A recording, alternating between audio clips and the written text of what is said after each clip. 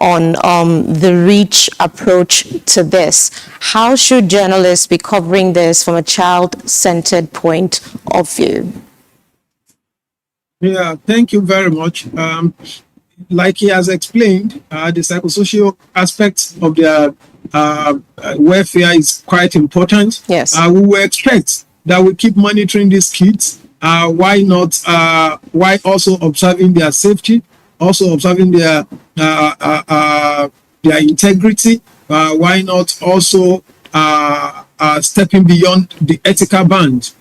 It is very important for us to actually keep monitoring this because you do not know. Within the next 1, 2, 3 years, we may see some of these children who may just be waking up in the middle of the night out of fear. Some of them may be nurturing some fear and unable to do certain things. These are quite important. I think the most important for journalists at this time is not just for sensationalism, not just to get headlines, not just to talk about numbers, but also to think about what becomes of these children at this time. It is important for us to have journalists who are going to be following up on them in terms of monitoring their welfare. Are they able to go to school? Are they able to learn in school? Who is taking after them?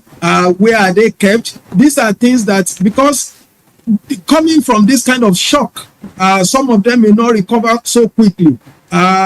Getting acclimatized to the normal system may take some time. So it is important that their care is given proper monitoring. You say not all the time that you put everything to paper. Journalists are meant to also observe. Journalists are meant to follow up. Journalists are meant to ask critical questions. There are times that maybe some of them, out of probably fear, they may be exhibiting some kind of attitude which their caregivers may not understand. But if we are actually following up on them, we could ask relevant questions and be able to bring out certain matters to the attention of relevant individuals or authorities. For instance, maybe they have appointments in clinics, their caregiver may not have the opportunity, but when journalists are deliberate about following up on them, it will be very, very easy for stakeholders to really understand why the care is important. That's correct. Thank you so much, gentlemen, for your time. This is a developing conversation, so we'll definitely pick this up another time. Thank you so much again for discussing early childhood development in crisis management in the country. Thank you so much again.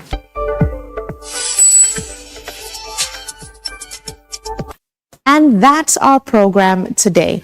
From health awareness and expert conversations to global health development and community impacts, we've explored key issues shaping health across different spaces. Thank you so much for staying with us on Health Digest. As always, you need to stay blessed and not stressed. I'm Ukemere Tokwa. Bye-bye for now.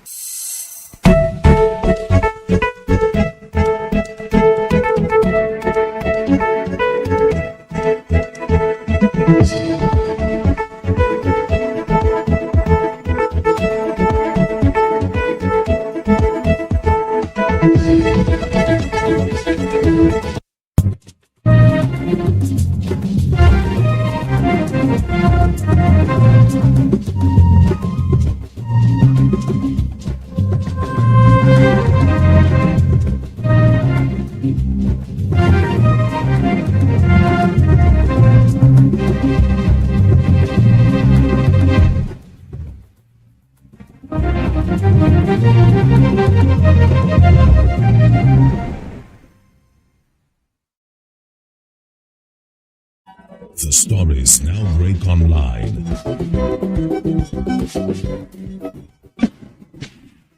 Don't miss anything from our real-time updates and exclusive content. Follow and participate in discussions on live TV studio programs to shape the narratives. Subscribe, engage, and share from AIT.live at AIT_online on X, AIT Online on Facebook, official AIT Live on Instagram, TikTok, and Threads, AIT_live, and AIT Livestream 1 on YouTube. Stay connected with AIT on air, online, on Live. The issues as they break, the multitude, the political figures, the state and non-state actors. It's a serious threat to democracy. And our governments seem to be incapable of protecting the scheming. This is not a period we should play by our will. Every part of this country is important. The intrigue. There can be no one person that is bigger than the party. Deft moves and the momentous declaration. We didn't get any protection. I'm not particularly against anybody. We track and capture them all. I don't believe in godfatherism in politics. Follow in-depth analysis and no-holds-barred interviews. Armed forces of the country is well capable. They need the political will. Are they just waking up from sleep? Is there complacency? Feel the pulse of happenings in the political arena on AIT Democracy Today. Widely acclaimed authority on politics. Monday to Friday, 7 p.m. Nigerian time.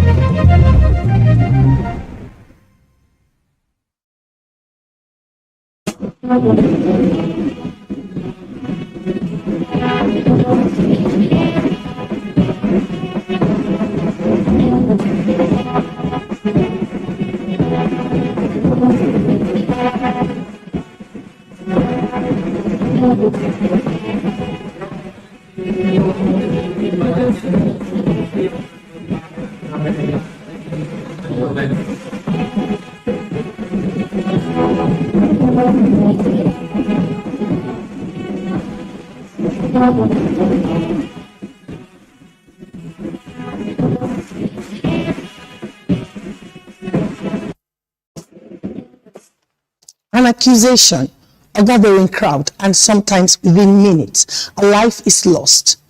From Alufo in Port Harcourt to Deborah in Sokoto, Uyomi 16 in Edo State, Umar Kairi in Kaduna State, and Ibrahim Mbaya in Plateau State. Nigerians accused of crimes have been beaten, burned, and killed without ever facing a court. Why does jungle justice persist, and who answers when a mob takes a life? This is Security Scope, the program that beams the spotlight on topical security developments shaping nations around the world on Africa Independent Television, AIT. I am Ada Bison Ononye. After the break, why mob persists and who is accountable? Don't go away.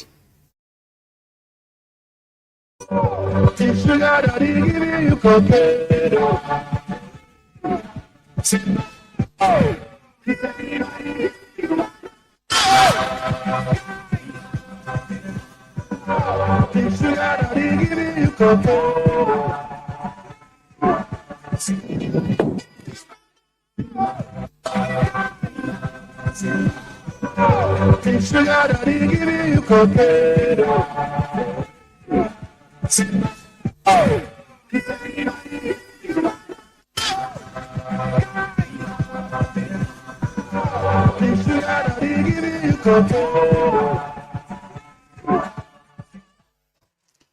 watching Security Scope on Africa Independent Television, AIT. We examine jungle justice, where suspicion becomes punishment and accusation can cost a person their life, on this week's matter of the moment.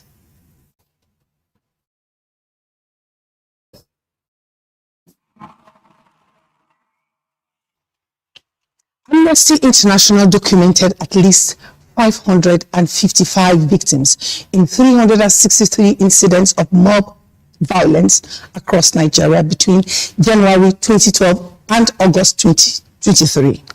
The accusations range from theft and kidnapping to blasphemy and witchcraft. Some victims were beaten, tortured, or burned, but an accusation is not proof of guilt. Nigeria's constitution guarantees the right to life, dignity, and fair hearing. Yet, more than a decade after 4 University of Port Harcourt students were killed by a mob in Alu, Nigerians are still dying this way. Why has it continued, and where is the accountability? To help us unravel why jungle justice persists in Nigeria even in 2026 is Dr. Chief Tony Ojukwu. He is the Executive Secretary of the National Human Rights Commission. Thank you, sir, for joining us on Security Scope today. Thank you for having me.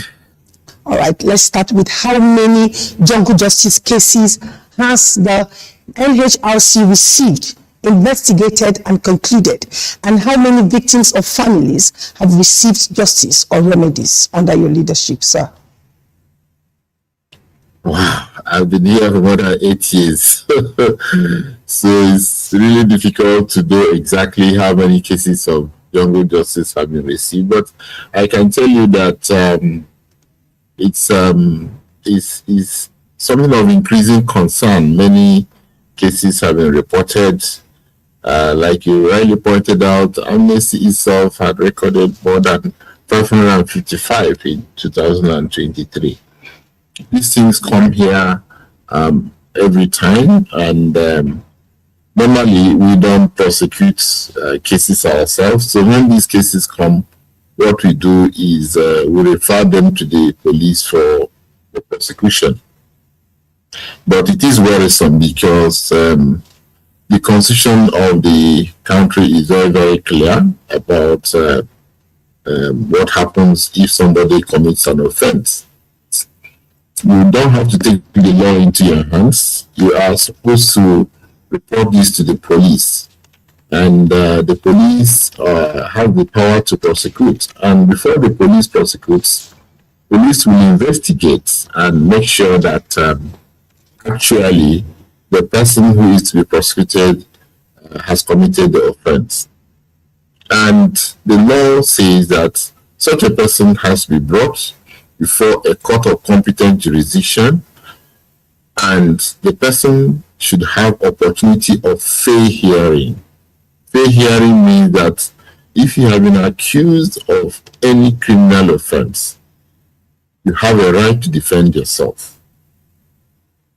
Now, the right to defend yourself has so many parts of it. One, you have a right to a lawyer of your choice who can stand for you. Two, you have to be told the offense. Three, you have opportunity to also cross-examine the witnesses against you. You have a right to ask them questions, and so on and so forth.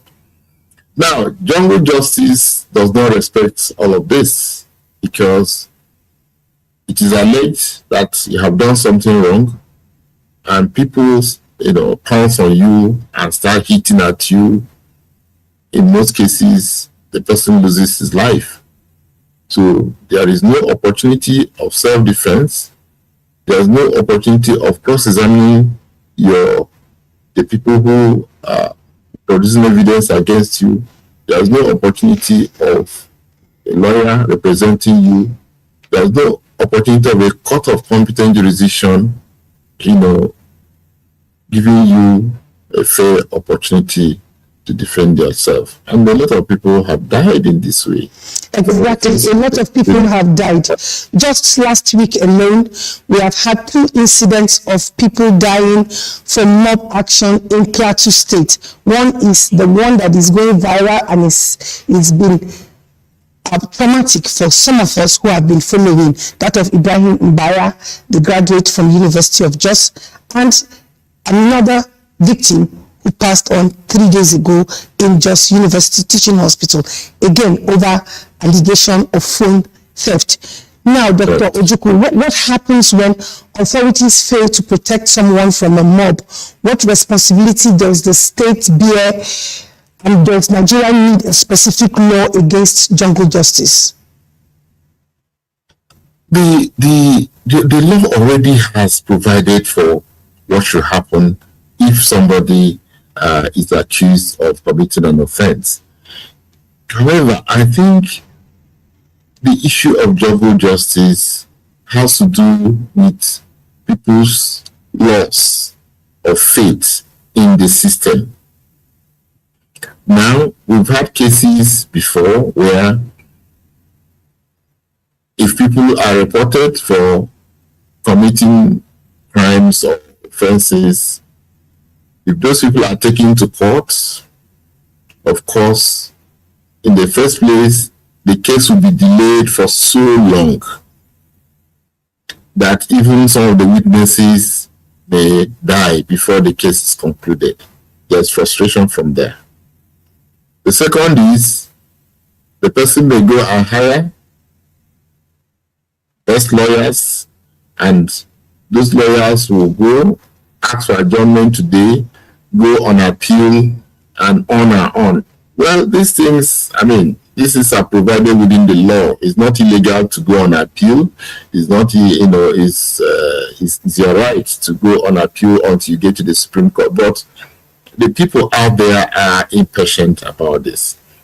Thirdly, at times when people are reported for committing offense and arrested by the police, if they have connections or if they have money, before you know it, those people are released without even trial, and they come back to the society, the same community where it's alleged they have committed an offense. However, no matter what it is, instead of one innocent man to die for what he has not done, the law says it's better than 10 guilty people to be set free instead of one innocent man to die wrongly.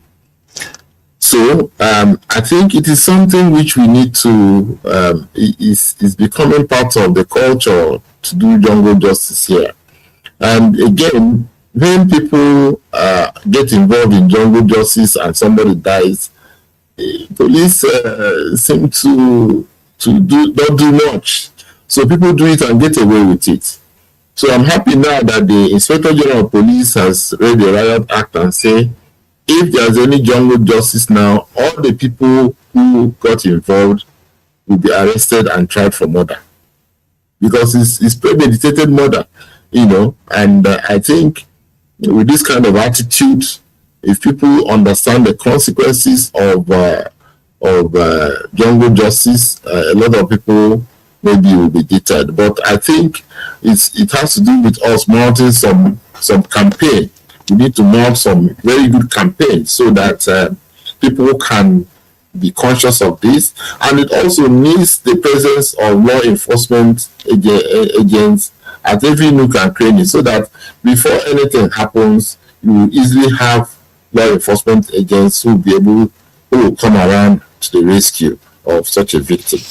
All right, Dr. Ojukwu, what exactly is the National Human Rights Commission doing to prevent jungle justice? Like, what preventive public education is required, and what measurable change should Nigerians hold the NHRL within the next year? I ask this because you seem to push more of the responsibilities to the judiciary and to the police. You have alleged somewhere that the police is complicit in the growing trend of jungle justice to the extent that it's almost becoming a culture? Now, the role of the nature is the creation of awareness.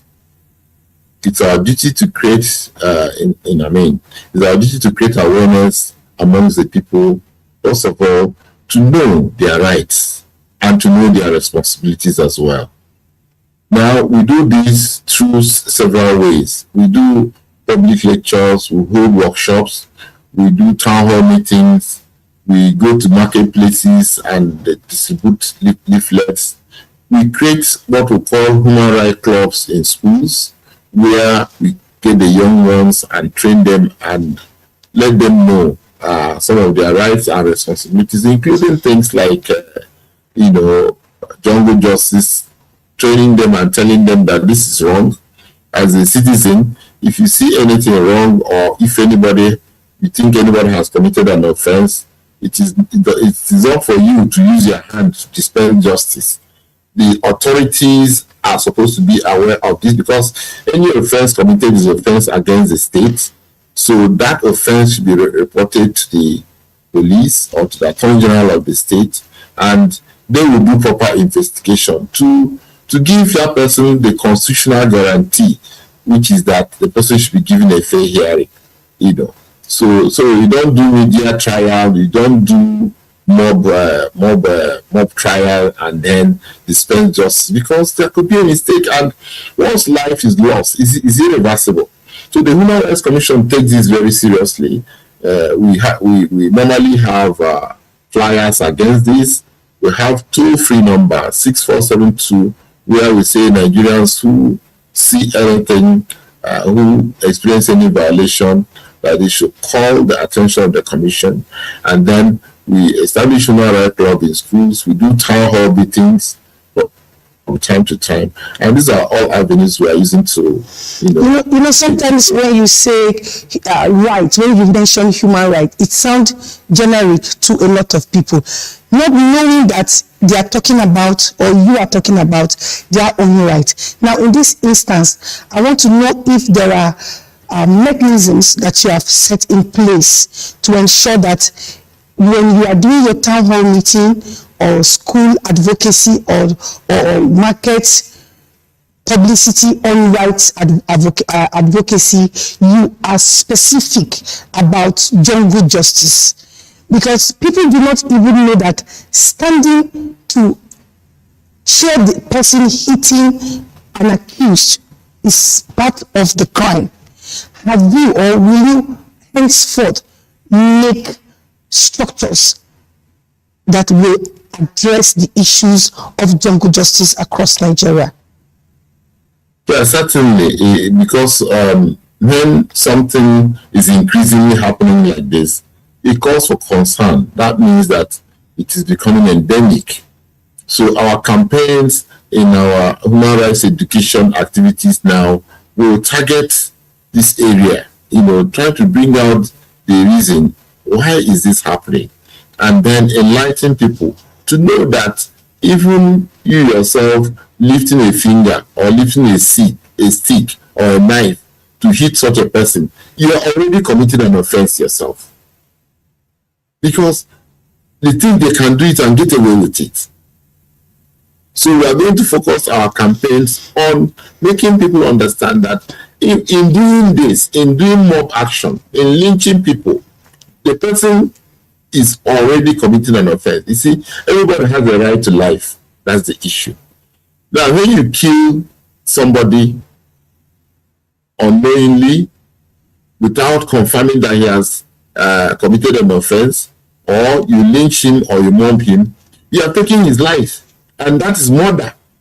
That's an offense. One of the most serious offenses in our books is committing murder. So let them know.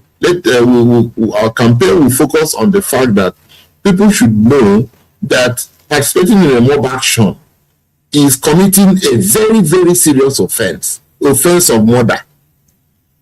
So it is not as easy as you threw a stone or you hit the person with a stick and you just go away, because the police, the Inspector General of Police has now directed that Any place where there is a mob action, they will go there, and the entire community will have to bring out those who committed the offense of lynching this person.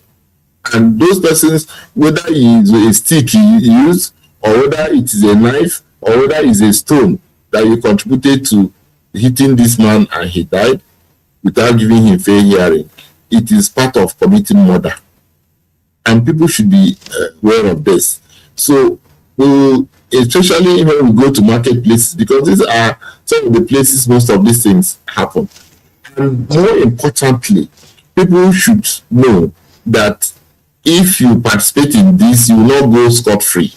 Okay, just before you go to the market and your places of advocacy, we have about 2 to 3 minutes for you to start the advocacy here.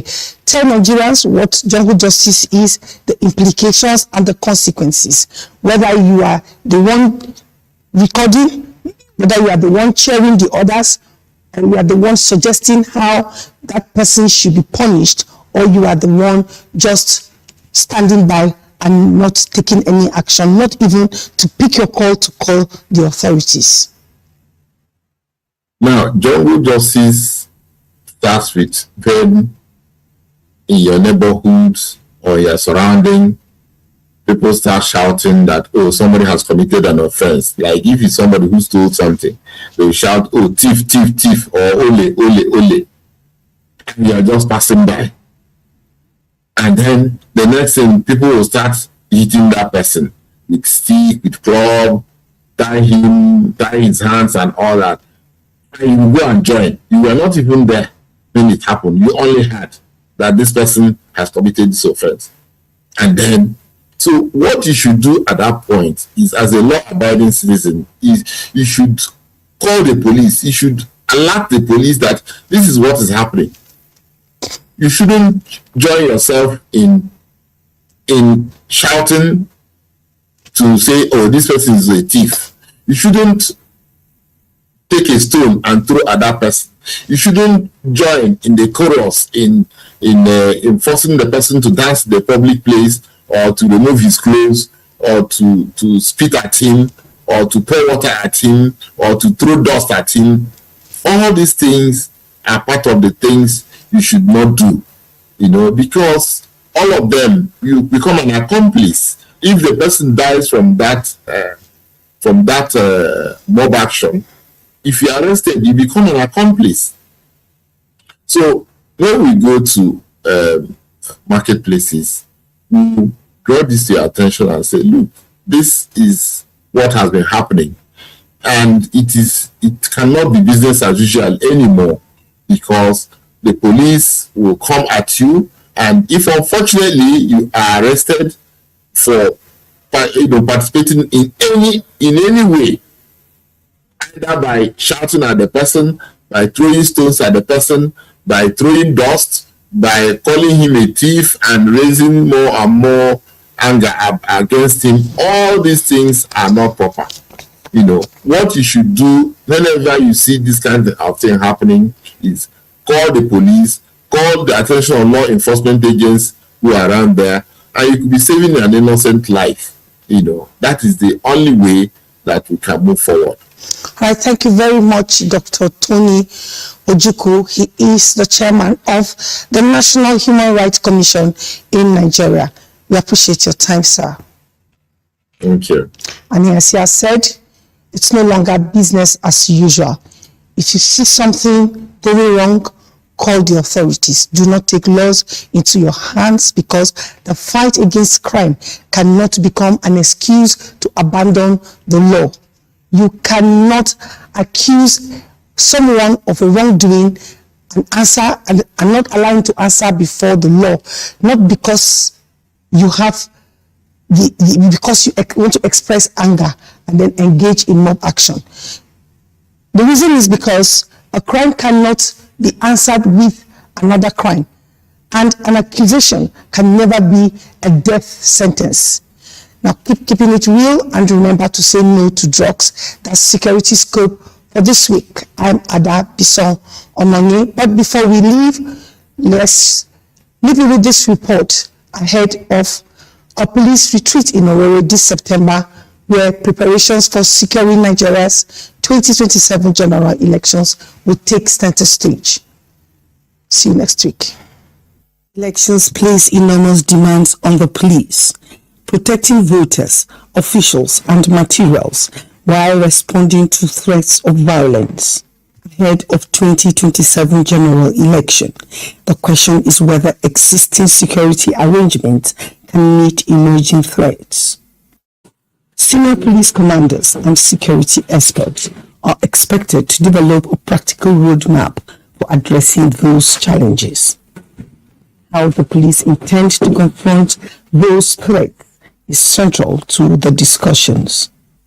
It provides an opportunity for senior police officers, managers, and relevant stakeholders to critically examine the security challenges associated with the elections and develop practical strategies for ensuring safe, peaceful, and credible electoral processes. The Nigerian Police Force remains committed to working within its statutory mandate and partnership with the relevant stakeholders to ensure that the 2027 general elections are conducted in a peaceful, safe, and secure environment. For Lenders Consult International, which has partnered with the Nigerian police on the conference since 2019, the challenge is ensuring that the discussions produce solutions that can be applied on the ground. Since inception, when we first got approval to organize a conference and retreat for senior police officers, we have worked to secure sponsorship for every single edition.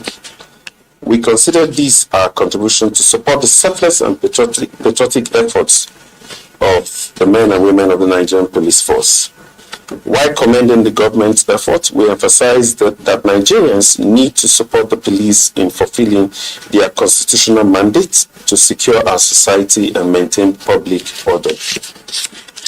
Our vision for the conference and retreat has emerged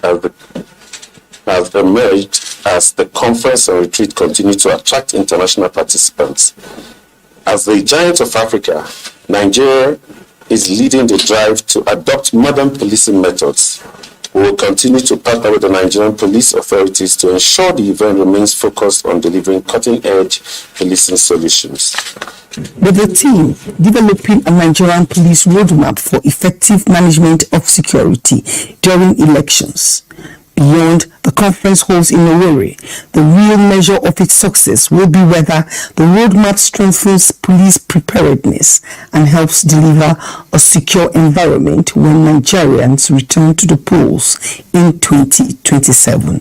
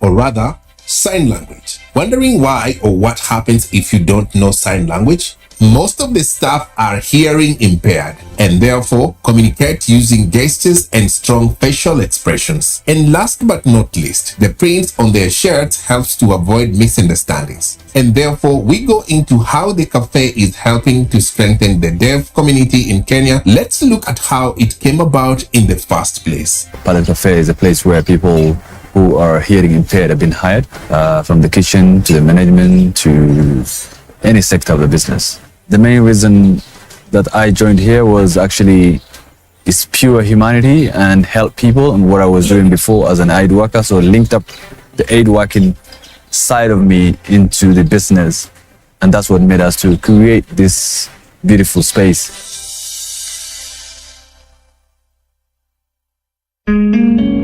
There is an estimation of 1,774,000 deaf and hard of hearing in Kenya who face challenges in healthcare, education, and employment, alongside limited awareness of the Kenyan Sign Language. But how do the staff at the cafe even speak to each other? After all, they have to work together to prepare the food. The guys could not hear, learned about a bit of how to communicate, the guys who can hear also, by giving the sign languages. So all my team also learned the sign languages within these premises.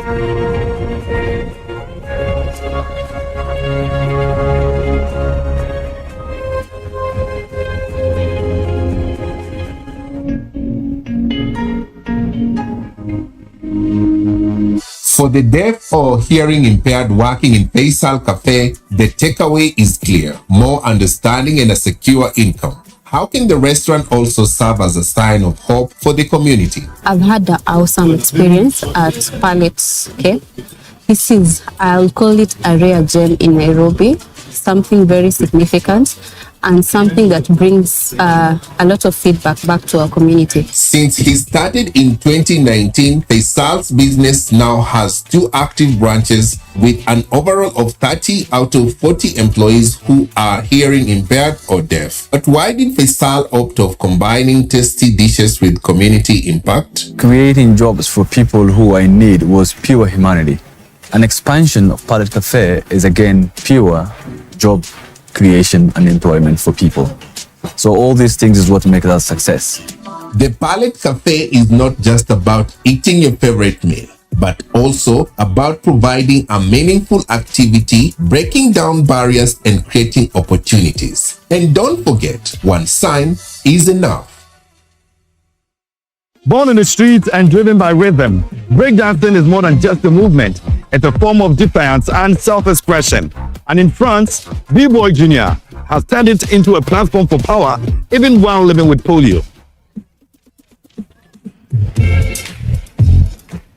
Head-spinning moves and gravity-defying contortions. Breakdancing is a highly athletic discipline. But how do you perform it when you have a physical disability? I contracted poliomyelitis when I was around 3 years old. I've been living with it since my early childhood.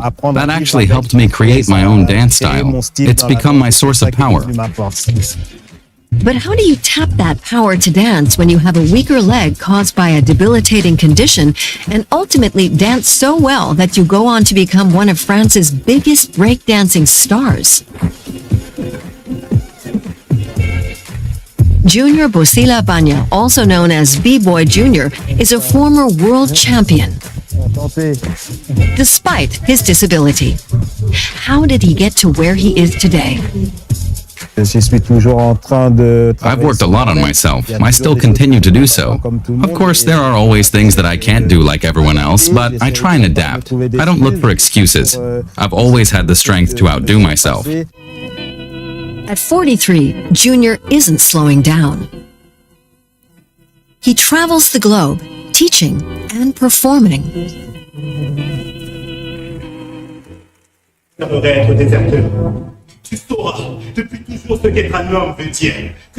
He's now starring in a play in France called La Tendresse, or Tenderness. It explores the relationship between young men and the concept of masculinity. It's a combination of hip-hop and performance theater. How does it feel to take to another stage after his success as a breaking icon? I'm just adding words to my movements. Actually, it's not really that different. It really complements the way I express myself. It feels like a logical step for me. It's powerful. The play is also about accessing movement and the body. Junior has lived in Paris since 2005. The city is set to host the Olympic Games this year, where breakdancing will be included as an official discipline for the very first time. Will that help put the dance form on the map? We deserve to get the same recognition as other sports on an athletic level. We devote our lives and our bodies to the discipline. It's hours and hours of hard work. The movements that we make might seem impossible to some. Some athletes from other disciplines even envy us for it. Breakdancing definitely has a place in the Olympics. For Junior himself, breaking didn't seem like a natural choice, especially when he was younger. Junior was born in Kinshasa in the Democratic Republic of Congo. He was sent to France to join his father when he was 5 to get medical treatment for his polio, but not before it caused lasting damage to his leg. What was his life like before he became the king of breaking? I couldn't run as fast as the others, but I was a good football goalie. I couldn't really kick, but I could pack a good punch. People respected me as well. I knew how to defend myself. But of course, when you're young, some people also make fun of you.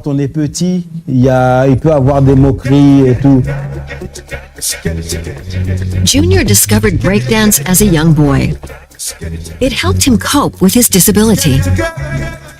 I tried to move like Michael Jackson. I liked gymnastics, so I mixed that in. Then I realized I couldn't do some moves with my leg. So I injected some acrobatics in it. And when I discovered breakdance and hip-hop culture, it really increased my self-confidence. Breakdancing opened up a new world for Junior.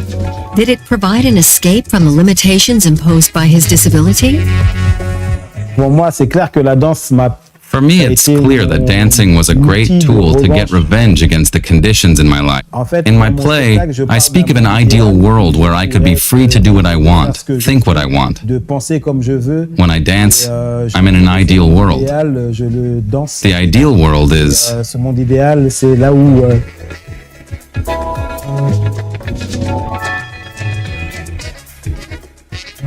where I'm simply myself. For Junior, breaking isn't just a way to triumph despite all the odds. It's a superpower by which he lives his life.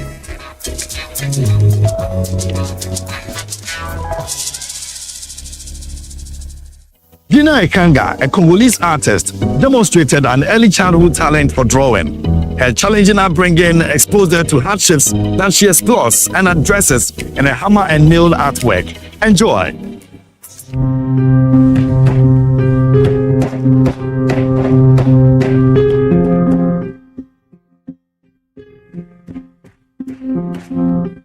Gina Ekanga nails it every time again. Nailing and hammering is maybe the most essential part of her artistic work. Why has she chosen to hammer life's challenges? I have been hammered several times by family problems and conflict, as well as by the illness of myopia. More about what exactly the nails in Gina's work mean later. But first, How did she find her way in art in the first place? The desire to engage in art has been with me since I was little. It was an observation my parents made that I would draw everywhere in the house. I constantly received reprimands at school, as in my various notebooks there were always drawings. To become the awarded artist she is today was not an easy task for Dina. How did she handle hardships like family disputes and illnesses she's had to face? Despite my eye disease, I still managed to use these small nails and create my artwork. We improve every day to give our best every day, without necessarily taking into account difficulties, obstacles, and the problems that bind us. We must fight against this. We're not going to say that we don't want to do something because we are sick. And family conflict, we handle them and face them until today. To overcome her mental and physical pain, Dina sought education at an art school, but again she was challenged, this time by the domination of male teachers and students. How did this shape her artistic journey? By competing against other boys who were there, by giving my best, by improving my sketches, by working very hard, by attaching myself to them, to try to become better like them, as they said. While we were at the academy, what bothered me a bit was the techniques being used there. It was more about brushes, colors, pencils, pens. We always came back to somewhat normal tools that we use every day. And I often wondered if we couldn't draw with other materials besides brushes, pens, and the like. Now coming back to her leitmotif, what was the deciding factor to her now working with hammer and nail?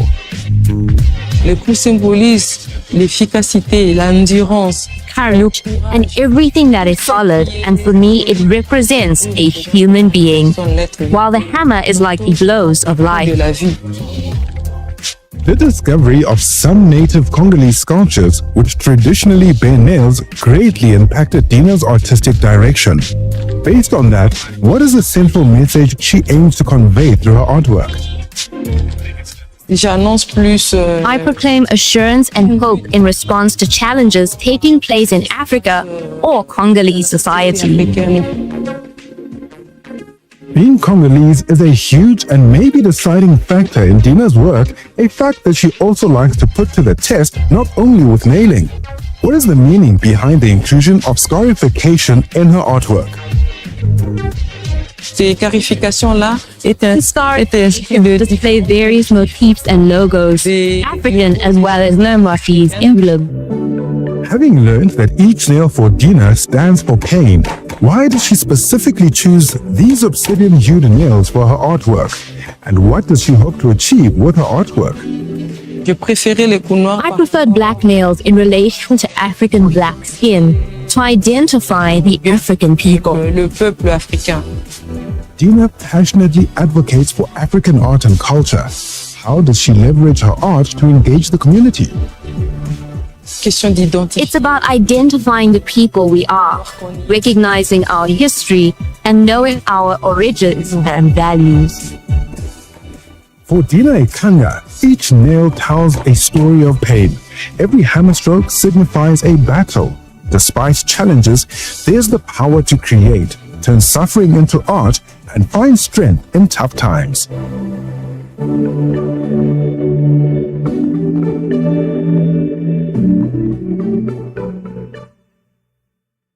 Getting a PhD is a huge accomplishment for anyone, but for Tumi, a South African theater maker with ADHD, it's a higher energy choreography.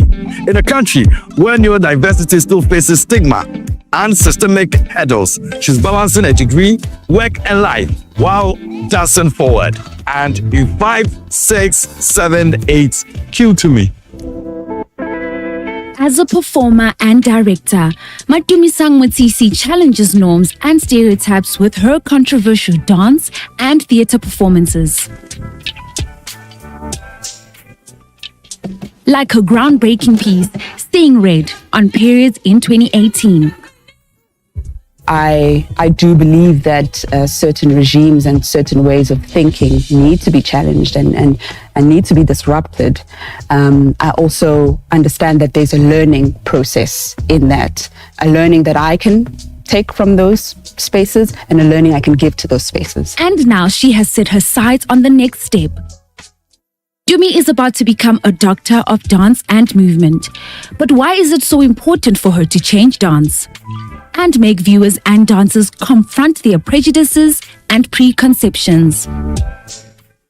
I think I count myself very lucky to be able to do movement and physical theatre, because I truly believe, and I'm still trying to articulate it, but I truly believe that the arts and theatre is able to do something that not many other disciplines or fields can do, in terms of bringing people together that are different abilities, but we can come together and make something meaningful. Dumi belongs to a small group of Black South African women who make it to the academies at all. The challenges on the way are still too many. There is a lack of opportunities, money, support, and when there is also mental disposition, how do you manage that? I fell in love with theatre. I fell in love with performance. And I spoke to my parents about that, but they were supportive. They knew that I wasn't going to be like my brothers, who are very business-minded people. That always scared me, very numbers people. But it's not just an area of interest that sets Dumi apart from her brothers. At 28 years old, she's diagnosed with ADHD. Another major obstacle on her way to a PhD. How does that work? I have an advocate for being in the therapeutic process, and I have been in multiple therapeutic processes. But when I decided to get a PhD, I knew that I would need help.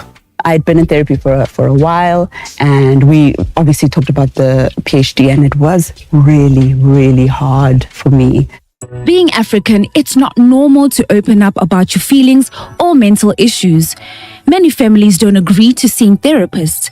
How did her family support her during her diagnosis? My parents and my family mean a lot to me, and they have made very many sacrifices so that I can pursue this, because it is not a normal way about it. And they did. They supported me, and they support my siblings in the journey to pursue knowledge. So recently, like a month or two ago, when she explained the ADHD, when she explained the medication, then so many things started making sense. How did she manage mentally, physically, and emotionally while juggling her job, studies, lecturing overseas, and a relationship with friends and family? I realized in my undergrad that I had a lot of anger. And it was during the time of protest action at universities. And so there was a lot that I became conscious of about my identity. And I knew that I had felt discrimination, I had felt prejudice in different spaces, but it became very, very visible to me during my undergrad years. And I needed an outlet for this anger. And my art became that. And then I got to teach, and there was a softness that came into my world, and for me that was the healing. You know, I think that part of it, you must feel the anger and you must be allowed to express the anger, because out of that something beautiful can arise, and teaching is that for me. Dumi's main aim is to break prejudices, because in post-apartheid South Africa, it should simply be possible for everyone to continue their education. It's not normal to struggle sometimes as much as we are struggling. And so to be okay to ask for help and support, but to be agentic about one's health, mental and otherwise, is important when you want to pursue something like a PhD. Find people who are your people that can support you through it. Yeah, but do it. At the end of the day, do it. The House of Zandra's All Shades of Beautiful initiative started in 2021 in Malawi. It invites everyone to feel included and beautiful on the runway, regardless of their background. Malawian fashion house, House of Zandria, is breaking an unspoken rule that still pervades the fashion industry today. Differently abled and beautiful cannot coexist. So the gap that has always been there in the fashion industry was people wouldn't trust a person that has a disability to be able to produce something. They wouldn't feel or think they're beautiful enough to become a model. We have a fashion designer that used to say back then she would make something nice and make it maybe for a relative, and when that relative goes somewhere and people compliment her, and when people come and see her and see that she has a disability, they would change their mind and think, there's no way this one can produce something right. But because of having All Shades of Beautiful and showcasing the work that those people have done, it has built a trust and a belief that even persons with disabilities can be in fashion. They can be trusted as fashion designers, and they can work also as models and parade on the runway. To be differently abled remains a blind spot in fashion's diversity agenda. Even globally, the absence of differently abled models or designers is so stark that inclusivity reports do not even feature a disability category.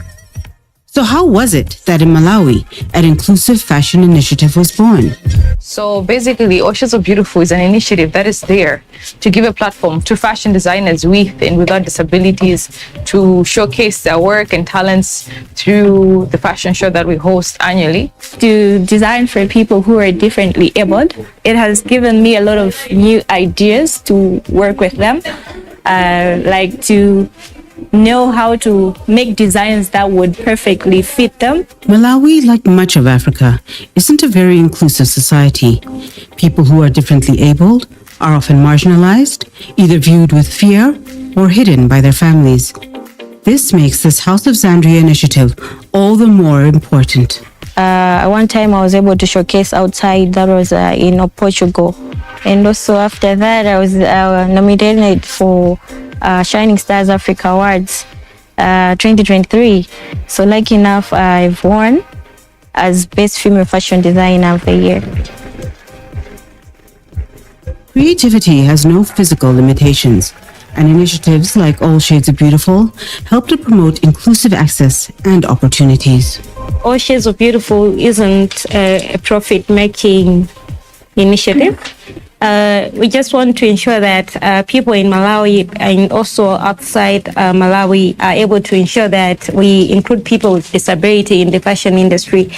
Considering how most of the times, whenever there's a runway show, we never see people with disabilities there. Through All Shades of Beautiful, that's when House of Zandria started adaptive fashion. So I think with the experience of All Shades of Beautiful, it's helped us to grow. The whole idea of All Shades of Beautiful is that we should be able to work with foundations that take care of people with disability as well in Malawi. So there are times whenever we have sponsors that might sponsor us with fabrics, we do provide fabrics to the designers. Last year, we were able to provide machines to people with disabilities that were able to participate in All Shades. And on top of that, we have introduced a business incubation program. The main aim of the business incubation program is that fashion designing shouldn't just be a passion, but we should be able to make money out of it. All Shades of Beautiful is putting a finger in the wound. Inclusion requires us to expand our philosophy of beauty and to radically redefine what it means to be beautiful. What an amazing and diverse show we have for you today, and all from the prestigious Accra Fashion Week. I am going to rub shoulders with some influencers, but don't forget to hit us up on our socials for more. Till next time.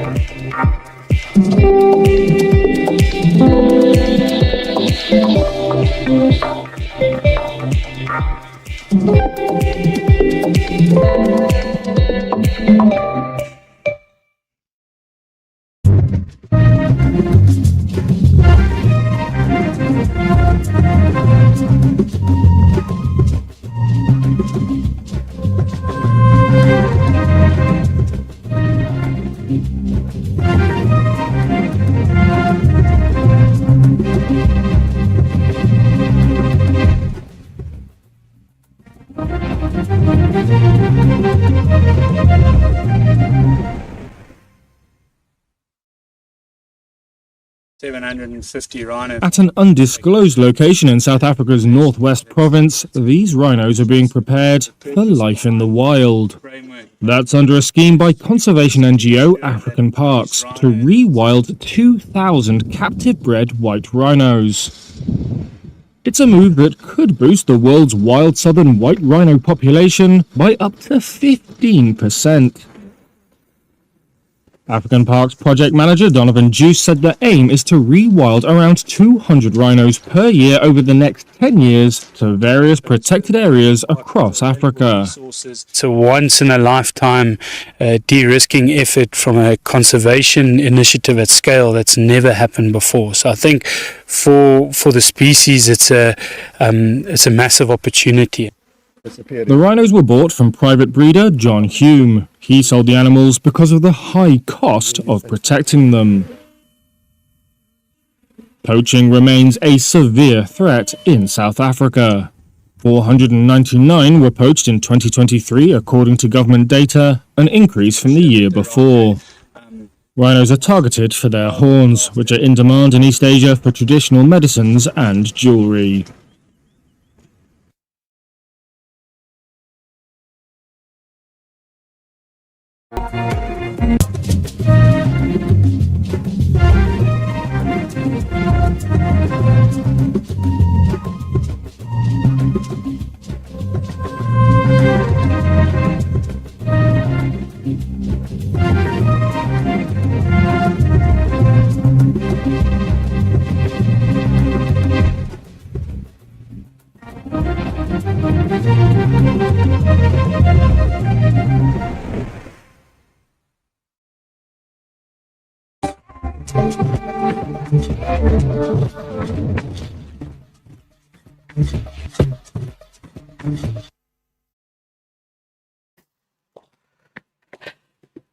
Good evening and welcome to Gender Agenda. Today, before you're wondering where I am, there's a live art gallery. Today we explore how art has evolved from expression on the canvas into a powerful instrument for advocacy and social change, shaping movements for peace, human rights, indigenous rights, and equality across the world.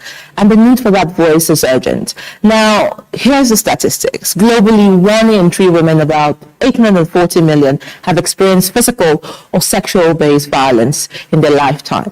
In sub-Saharan Africa, the lifetime prevalence of intimate partner violence is estimated at 32%, but beyond the statistics are the human stories. And this is where advocacy comes in, where it becomes powerful, turning pain into expression, silence into visibility, and stories into a demand for change.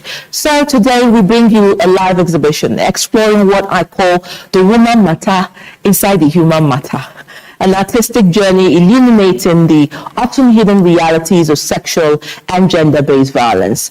And I promise you, it's going to be a mind-blowing experience that illuminates, expresses, and brings to life issues often left untold on the pages, but this time on the walls of a canvas. After this short break, you will meet my guest, bold, courageous, a voice, an absolute light, and a survivor who is now lighting the path for women and young girls whose lives violence almost broke apart. Remember to send us your comments and feedback through our social media handles, or even send us a WhatsApp message. And of course, all our handles will be scrolling throughout the show right there on the footstool of the program. I am Adora Sydney Jack, and I will be right back. Stay with us.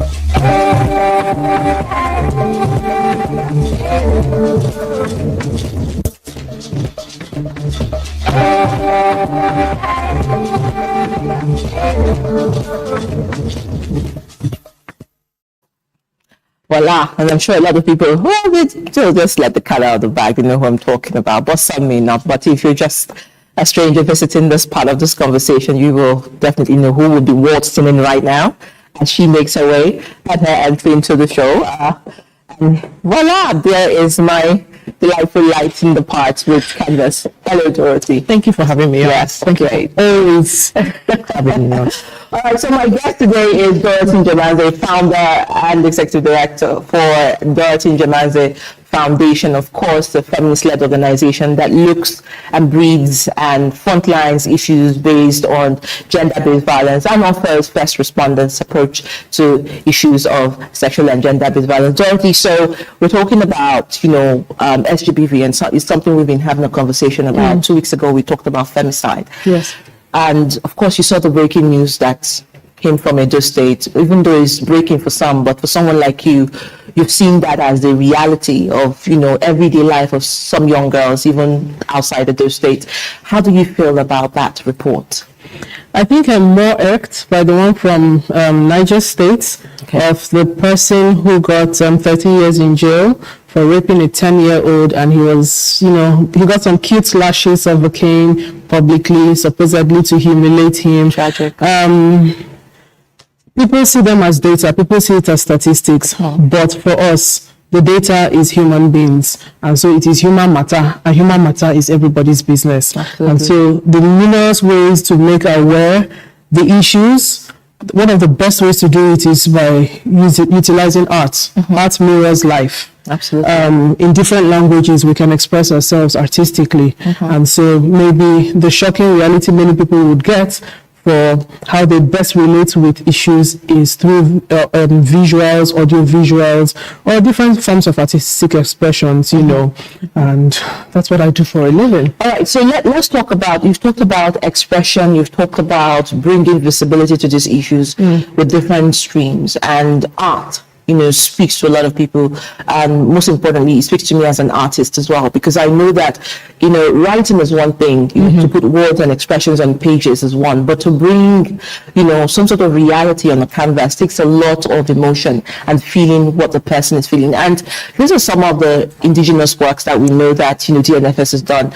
But, just looking at the narrative on the canvas, there's one that is just right behind you, and that one that talks about I was 15, taken to Abuja by a man who claimed to love me. He turned out to be my captor and forced me into his life of sexual slavery. And one would be wondering, what were the neighbors doing? What happens when this kind of incidents happen? It takes a long time for this kind of incidents to come to the public, for those who see something to say something. Why is there a culture of gatekeeping around abuse? Well, a lot of people have built this culture into socialization. A lot of people have built it into their normative practices, and it's handed down from generation to generation, being preserved very much. And so with the statistics that we get, we try to remind people on how legal provisions and procedures can come to the aid of others. So if you hear somebody crying too often from a particular place, then it's a red flag, and you're duty bound to report it. Lagos State has given us a very good example with its mandatory reporting policy, and so we now can say, other states, copy Lagos State and let's model what can save lives. And then we can also track who died, how many people did not die, how many people almost died. The very beautiful voice of Osinachi, every time, even in the midst of worship sometimes, when people hear Ekueme, Ekueme, many people start crying, not because the song is not reaching them where it is, but the remembrance of the fact that the person who sang the song is no more. So when we talk about femicide, it's more relatable. art helps us to make it much more relatable, you know, and bring the figures and the experiences that we see a whole lot more into people's faces, so that it's a reminder of what people are not doing right. Where can you use it? The graffiti in your office is an opportunity. In your home, there's an opportunity for you to put something there as a reminder for you to help keep yourself in check. You know, on the streets, Lagos State, under some bridges, has stories of the Chibok story. Indeed. And so, what is Abuja doing?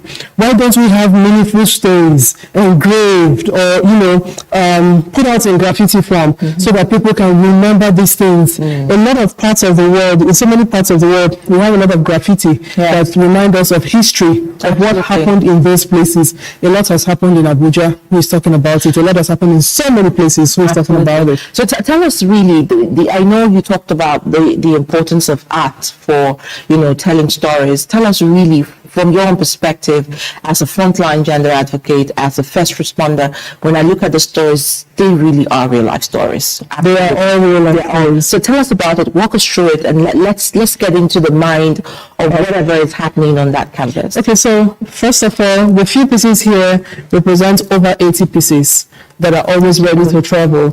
And so maybe we should start from here. All these cases are real cases that we have interfaced with. Some canvas that we have here have 2 stories on each. Some have 1 story. So yeah, this is about a teacher who, in primary school, whose life was simple, but her sister was in a violent relationship. Okay, so another thing, all the stories are written from the point of view of the person who owns the story. Okay. And at different points, we got different forms of support to put out the stories. So you see some have policy directions on them, and some do not have policy directions. So it tells you the different times. And we track trends. As we track trends, more of the pieces come forth. So this was about somebody whose sister was in a domestic violence relationship, and she was eventually beaten to death. Now she took over the children of her sister. And then in her house where she lives in Abuja, the neighbor raped the children. So it's 2 boys and 1 girl. Then she found out that the neighbor raped the 2 girls. And she confronted him, he ran away. The police told her so the police told me to call them when I find him. Till now, nothing has happened. I'm struggling with the upkeep, school fees, amongst other things. Real life story. Then after enduring years of violence from my husband, things escalated when he retired. He sold the house, demanded I leave, claiming that he was finished with a marriage, confused. I sought help from DNL, who connected me to NAPTIP. So this is another person who is still alive. This person, the main person died, and then the sister told the story. That's some femicide documented there. Okay. You know. So in terms of institution, let's just walk around so that people can have a look at it. In terms of institution, I heard a mention of NAPTIP here. So which is also law enforcement. Yes, and the frontline agency. How is that collaboration, and does help really come from NAPTIP? This person's experience was that the man insisted that she followed him to Akwa Ibom to swear an oath to dispel his allegations of an alleged affair. And according to her, knowing I won't betray my faith in Christ, law enforcement officers even advised me to appease his ego. It is when you're saying law enforcement, it could be this is particular to this person's case. No 2 cases are the same. Some cases may have similarities, but no 2 cases are the same. And so we captured 2 cases of domestic violence on this piece. One person did not live to tell the story. The other person lives to tell the agony of the story and how the person is interfacing with law enforcement. That was what we were able to capture there. Here, for 7 years. For 7 years, at the time, the father was a terror to. My father was a terror to me starting when I was 9. My mother was 9 years old when they started. Fondling my breast and accused us of making love.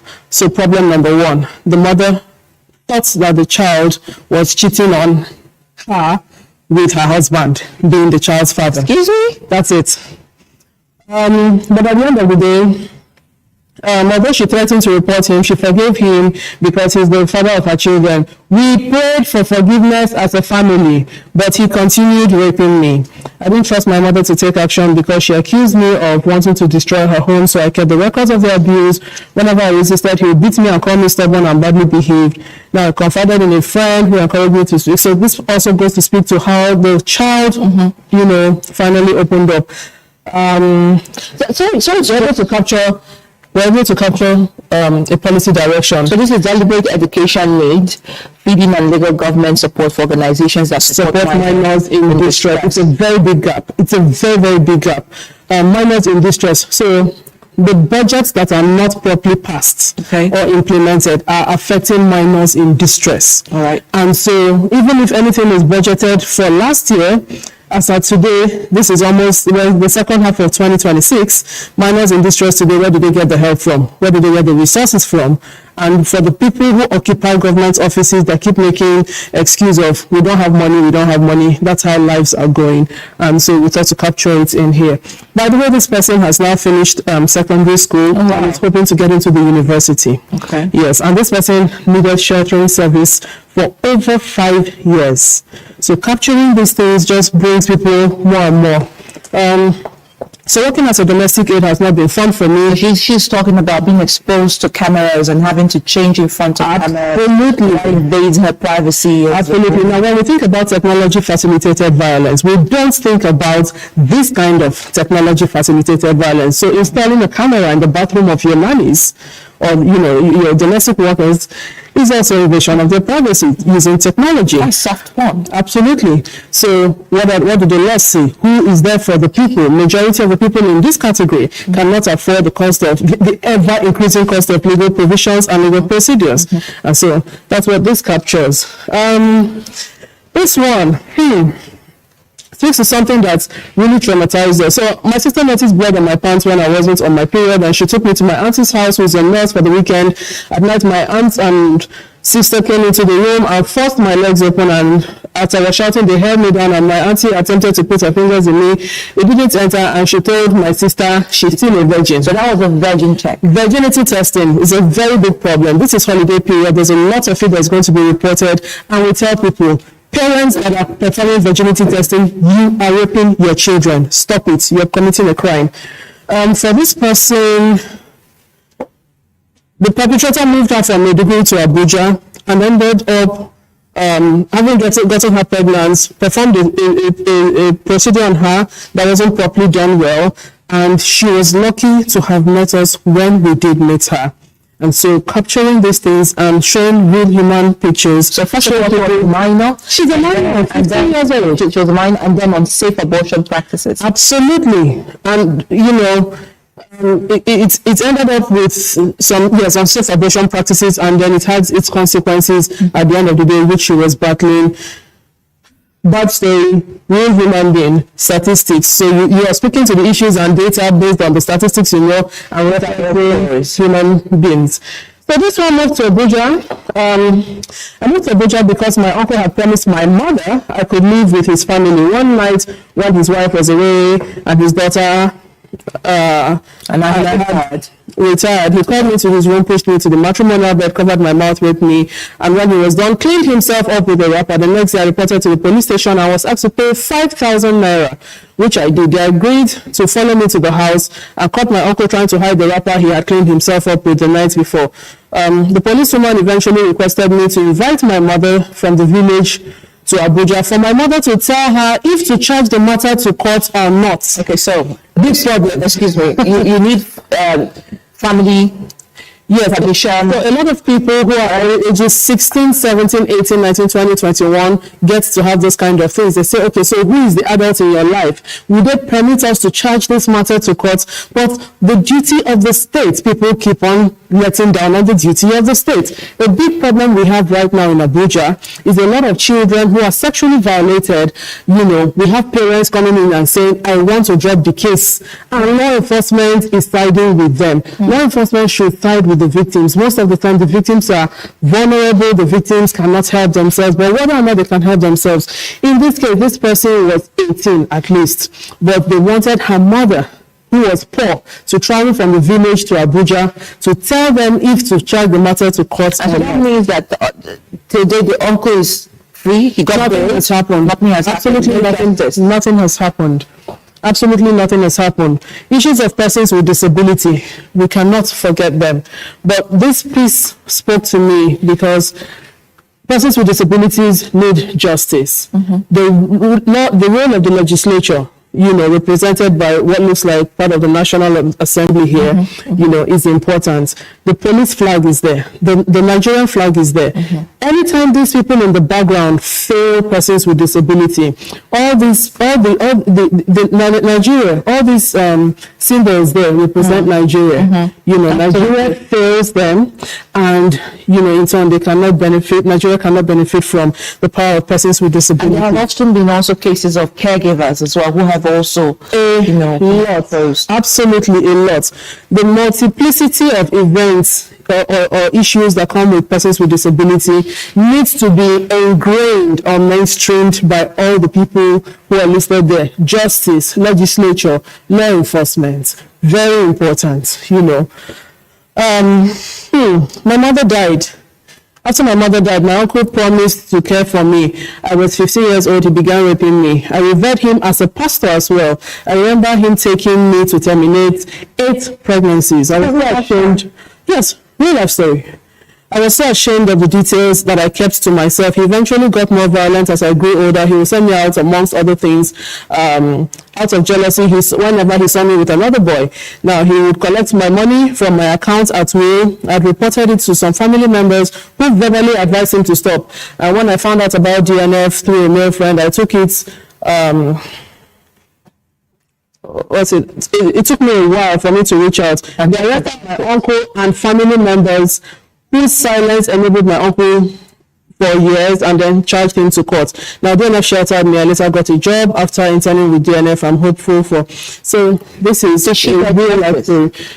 We're still in court on this case. We're still in court. Yes, we're still in court. And this is so many years after. In fact, she is now married with a baby and she is still in court. We're still in court on this matter. And the police have been very fantastic on this. I loved the idea of the police going back to arrest family members whose silence enabled, the uncle to continue. And that shows the difference between this story and that's what the police is supposed to be doing. Yes. The police is not supposed to be settling, siding with perpetrators. Absolutely. The police is supposed to be helping to strengthen the access to justice process, which would help to refine jurisprudence. In this one, the 12-year-old who was raped by a neighbor, and that's the person's story. But on this side, I'll take this side. I was conceived from the rape my 12-year-old mother experienced. So this is the story of the daughter of this person who was born out of rape, right? And until my father is prosecuted, I have to hide away like I've been doing since birth because he threatened to kill us both. I started school thanks to DNF. I also got to go to the hospital anytime I'm unwell because DNF pays my bill. My mommy and grandma need support to start businesses so I can get a better life. Okay, so I don't know if you're watching us and you're out there. These are real life stories of survivors who have been through this issue. And I think one thing keeps coming to my mind when I hear you talking about this and sharing the narrative is, do these people ever come at you? Are there challenges or aggression? Absolutely. How have you dealt with it? Let me tell you one of those that brought us a lot of aggression. It was this one. So harmful normative practices, feel like violence for many people at the same time and hurtful justifications of that afterwards. So this person was accused of making a man's penis disappear after it was said that she looked at him, while she was walking on the road, and at the end of the day, she was lynched. Yeah, and so the organizations that worked with DNF to ensure that she got medical support, the AIG for one, and, the policy direction. Law enforcement should be empowered financially to charge matters to appropriate courts after robust investigations. The gravity of many crimes against women and children is reduced and charged to lesser courts. And then on the issue of virginity testing, in May 2022 to November 2022. Virginity testing cases. Yes. Yeah. And there were also corrective rape cases that were recorded. And so majority corrective rape. where people feel entitled to using rape to correct your ideology. So you want to go to school instead of marry, don't worry, I will deal with you and I will teach you. Or you don't look like you're interested in men, we will teach you how to start liking men. It's not your duty to teach me, whatever. It's my business to determine where my aspirations should take me to, and I deserve to thrive as a Nigerian in the Federal Republic of Nigeria. A lot of these things are hidden under traditional guises or religious guises, but God is definitely ashamed of the people that perpetrate all of this.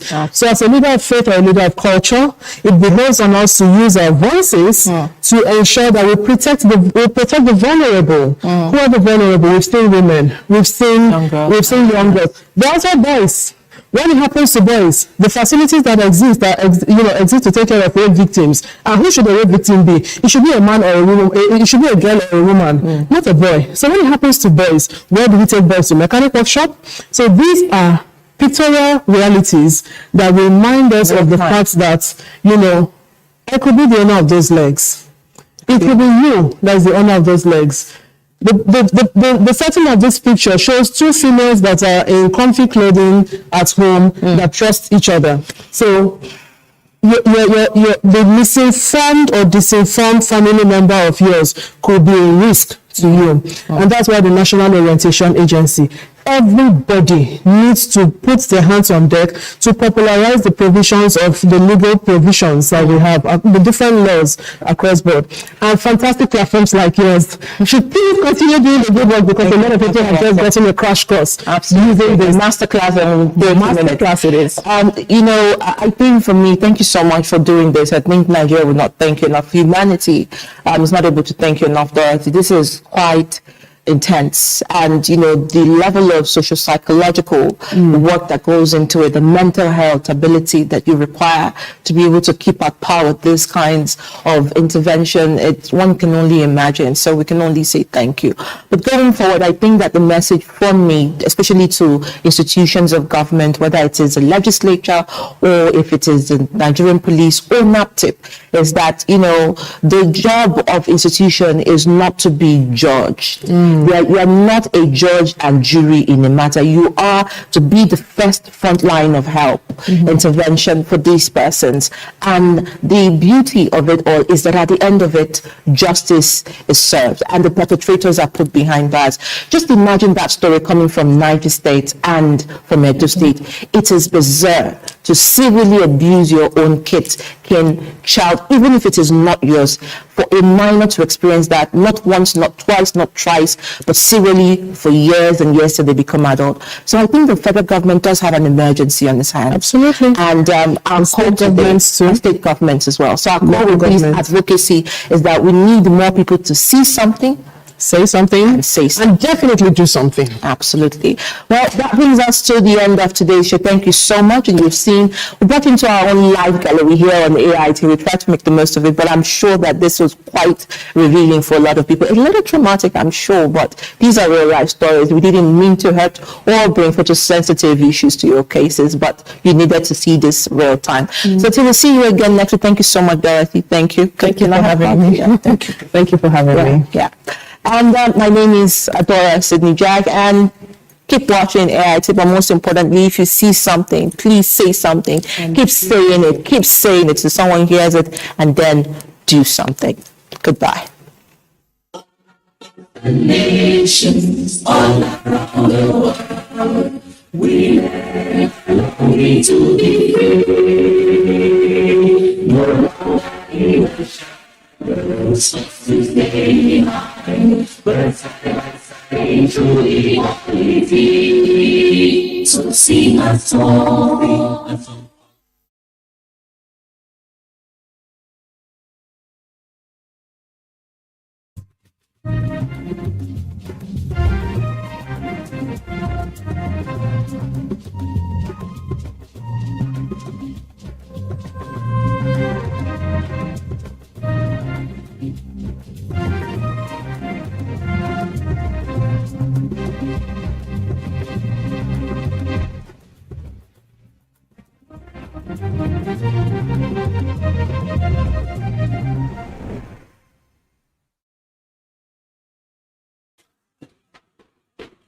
19-year-old Hussein Abdurrahman comes to this butcher shop every day to buy 8 to 10 kilograms of meat for Mogadishu's stray animals.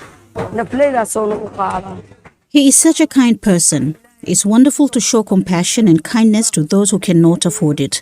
He deserves support for this initiative. Nearly 70% of Somalis live in poverty, making it challenging for many to afford food for their families, let alone for their pets. So Abdurrahman is filling that gap. My goal is simple, to spread love and kindness throughout society. It's not just about animals, it's about reaching every corner of our community, from humans to animals, with compassion. There are no official numbers for the stray animals roaming the streets of Mogadishu, but they are part of the urban scenery. Feeding the animals demand both time and money.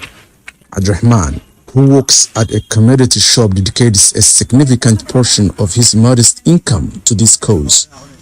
He learned his compassion from his grandfather, who also fed stray animals.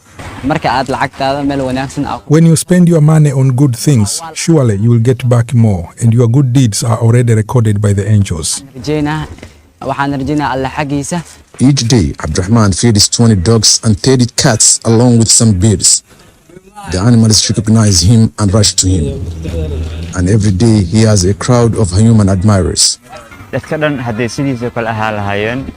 all Somalis were like him, we would live in a better country. I encourage everyone in the neighborhood and in Somalia in general to support people like Abdurrahman because they spread love and kindness. Somalia lacks an effective animal organization dedicated to the needs of stray animals, and the country lacks robust policies to protect them. Abdurrahman, a proud dad to 3 cats, aims to address this issue by creating an organization to support stray animals and extend his efforts nationwide. Jamal Ahmed Usman, VOA News, Mogadishu, Somalia.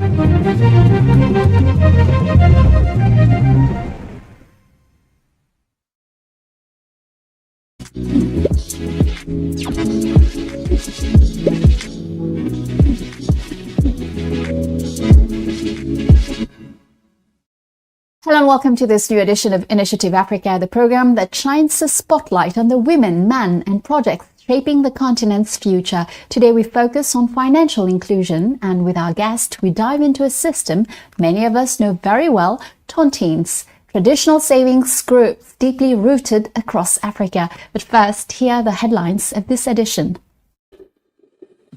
He wants to transform the way Africans save and open the door to investment across the continent. Trained in law and finance in Europe, this young Senegalese entrepreneur is launching a startup this year to modernize the tontine system. He's our guest today. In practical terms, we connect tontines to financial markets through professional, regulated, and supervised asset managers. Our ambition is to allow tontine members to make their savings productive. Improving financial inclusion without compromising customer security, a major new challenge for Africa's banking sector. The biggest challenge we face is scammers. We are constantly looking for ways to avoid their traps. Banks often invite us to seminars to educate us on how scammers operate, such as sending fraudulent texts. And finally, meeting the energy, agricultural and security challenges facing Africa. This is the ambition driving a new generation of engineering students in Douala. I'm passionate about energy and in particular renewable energy, and the idea of creating a startup in this field which will help to exploit the hydrographic power of our country, more globally, of the sub-region and of the continent is something I'm looking forward to and which I will be proud of tomorrow. Despite a more challenging funding environment, Africa's fintech sector continues to grow at a rapid pace. A recent report by the European Investment Bank highlights that this growth is largely driven by digital finance. Last year, Africa counted 1,263 companies operating in this segment compared to just 450 in 2020. Mobile networks offering financial services from accounts opening to deposits, withdrawals and loans now allow millions of users to manage their economic activities directly from their mobile phones, a boost for national economies, but also an opening for fraud. Tanzania provides a telling example of how technology can improve financial inclusion while raising new risks. For over 9 years, Ramdani Togolani has served as a bank agent, assisting more than 100 customers daily.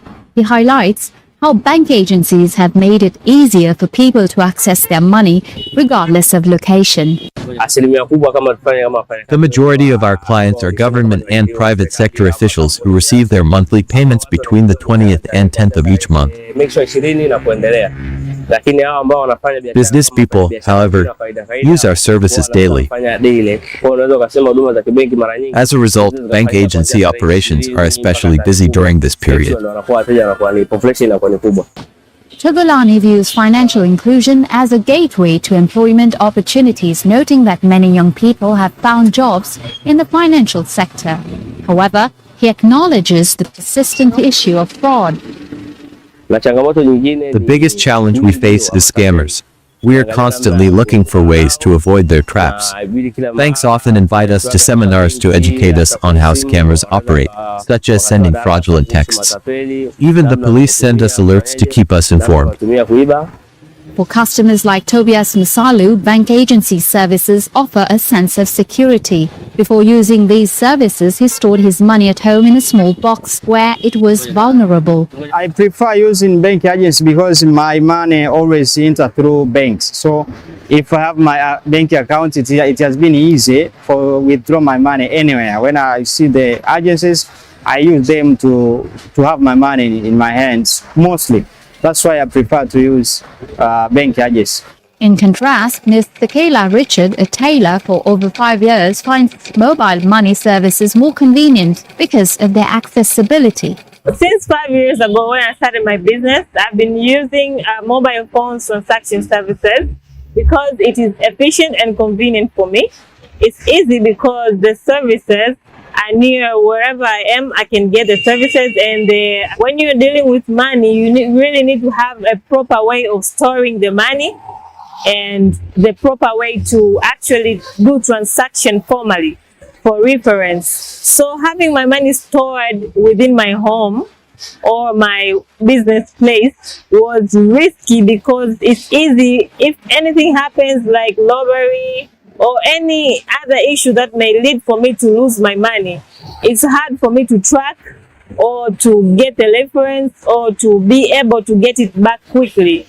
Despite growing competition in the financial sector, Catherine Rutange, head of agency banking at CRDB Bank, sees demand continuing to rise. She believes the vision should extend beyond competition, ensuring all Tanzanians have access to affordable and reliable financial services. CRDB Bank is prioritizing rural areas where access to financial services is still limited. When you are looking at rural areas, for us, we are following the cash corridors. So in rural area, there are certain economic activity that are happening on their day-to-day lives. So what we do, we are providing services that are going to allow us to engage and work with them and assist them to access those services that they do on a daily basis. Let's say most people from rural areas are agriculturists. So we went far ahead and create some accounts that will be catering for that particular segment of customers. These free farms accounts have become increasingly popular in rural areas, reversing a long-standing lack of access to financial services. Enhancing financial inclusion in these regions could unlock significant opportunities. According to the 2022 Tanzania census, 40 million of the country's 61 million people live in rural areas. With mobile phone penetration at 83.66% in 2023, this well-connected rural population could be a key driver of Tanzania's economic development. Africans save on average 20% of their country's GDP. While many turn to mobile money applications, tontines remain the continent's preferred savings vehicle. Yet today this traditional model is no longer fully suited to Africa's modern economic needs.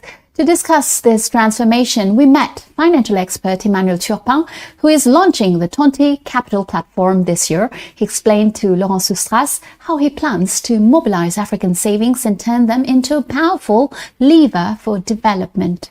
Emmanuel Turpin, hello. Welcome to Initiative Africa.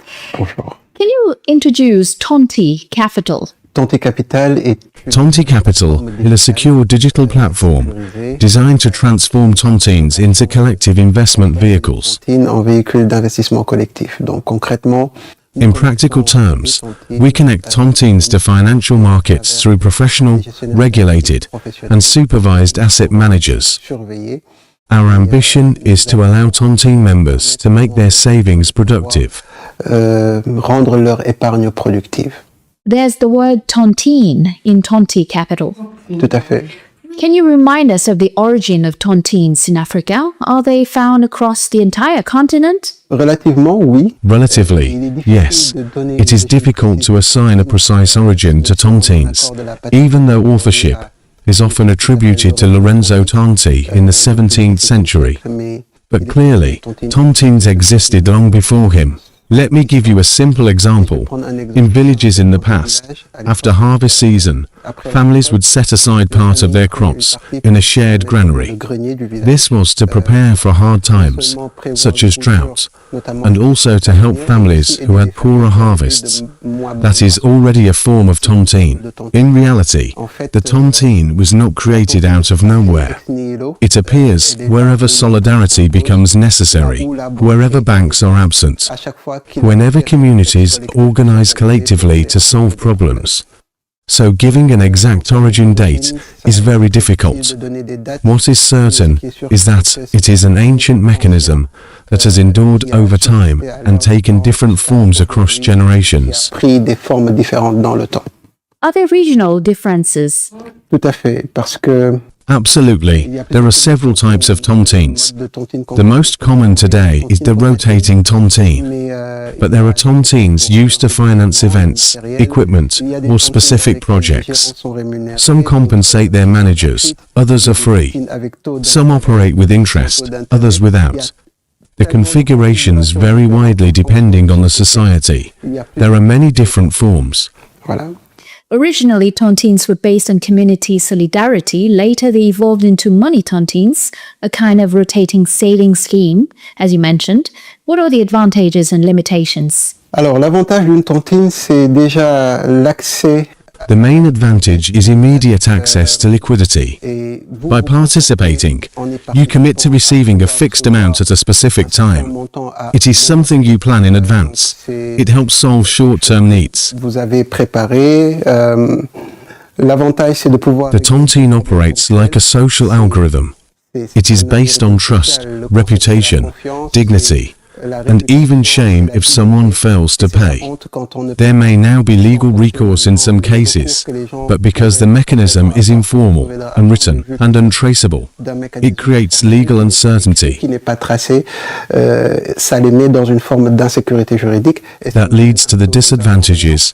A tontine works well to finance education, buy land, or cover urgent expenses, but it does not allow scaling. Unless participants contribute very large amounts, then the capital does not generate returns. One of the major limitations we observed is that Africa needs financing and resources. The capital exists, but it operates parallel to the formal financial system. So we needed a way to channel it and connect it to regulated markets. De la canaliser et de la connecter au système financier formel pour pouvoir permettre non seulement aux membres de tontine d'être inclus financièrement, parce que Our goal is not to replace banks. We are an alternative to financial exclusion. Tontine members keep their habits. They retain liquidity for immediate needs. But they can invest part of their savings to generate returns, finance the real economy, and create tangible impact in their communities. So that is what you achieved with Tonte Capital. How does it work concretely? Without going into technical details, since the platform is still under development, here is the basic principle. Imagine a rotating tontine with 10 members. Each contributes 100 euros. That creates a pot of 1,000 euros. Each member receives the full 1,000 euros in turn. That is the traditional system. La première cotisation, elle est toujours investie, de sorte que quand vous recevez votre tour, vous recevez N-1. Donc, with our model, the first contribution is invested. So when it is your turn, you receive N-1. You receive 900 euros. But the 100 euros you invested remains invested. You can track it on the platform. You can see where it is allocated, the return generated, and the impact created. Ça dépend quelle catégorie de fonds c'est, dans quel domaine c'est investi. Mais vous pouvez vous rendre compte que le secteur dans lequel il investit. An investment fund can invest across many sectors, depending on its strategy. But you can choose impact sectors aligned with your values. You can see the real effect of your investment. The tontine becomes the investment vehicle. It moves from informal status to formal, even institutional status. It is already a financial product, but informal. We formalize it, giving it all the benefits and potential of modern finance. In the future, it could even lead to derivative products. De sorte qu'on pourra même en faire demain des produits dérivés, quoi.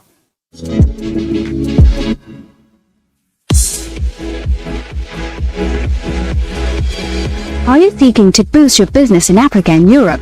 Increase your visibility with business frequency thanks to our network of national television channels in more than 40 countries. Every week, more than 100 broadcasts across Africa, the Indian Ocean and Europe. Don't miss this unique opportunity. Contact us now and put your brand into the spotlight.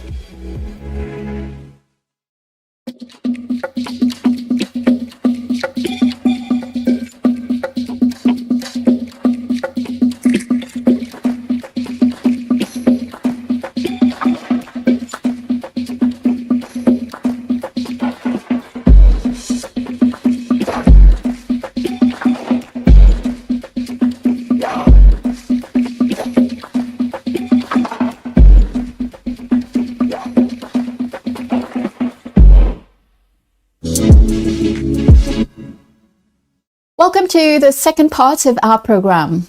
Before returning to our guest Emmanuel Turpin, we take you inside the training of those preparing Africa's future. Between the strong momentum of startups and the opportunities created by the African Continental Free Trade Area, the continent needs an increasingly skilled workforce. But where and how are Africa engineers trained? This is a key question, including for European universities, which are expanding partnerships with African campuses. In Douala, Cameroon, our correspondent Maxime Faralbonia met with a group of young engineers determined to play a role in the renewable energy revolution. Take a look. Kevin, a young engineering student majoring in general engineering in the international and innovation field, has been striving to tackle hunger in his country, Cameroon mainly, and also in Africa more generally. He and his classmate students at the UCAC Institute, the Catholic University of Central Africa, and the ICAM, group of French engineering schools, have just designed a drone with the capacity to boost the development of agriculture and hopefully do more. Agribusiness is part of the culture of Cameroon today. It is the backbone of our economy, and using rural materials does not allow us to be productive and competitive in the market. Using a drone, for example, is a solution to bring more efficiency.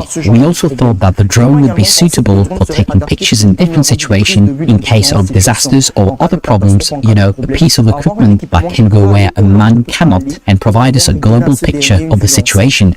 With at least 905 students spread over the Douala campus in Cameroon and Pointe-Noire, Congo for the past 21 years, the UCAC ICAM Institute, with the support of numerous partners in the CIMAC zone and the Democratic Republic of Congo, has been providing students with 5 years of professional training as general engineers who can intervene in most areas. Kevin, like Maela, a student in the same school specializing in process engineering, intend to fight against global warming at the origin of the climatic changes and upheavals that led to floods or droughts in Africa. For these young engineers, renewable energy, for example, can be part of the solution. I'm passionate about energy and in particular renewable energy and the idea of creating a startup in this field which will help to exploit the hydrographic power of our country more globally, of the sub-region and of the continent is something I'm looking forward to and which I will be proud of tomorrow.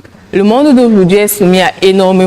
world today is subject to many constraints, whether climatic or environmental. All this is due to global warming and the abusive use of fossil fuels. So our solutions are part of the ecological transition from fossil fuels to green energy.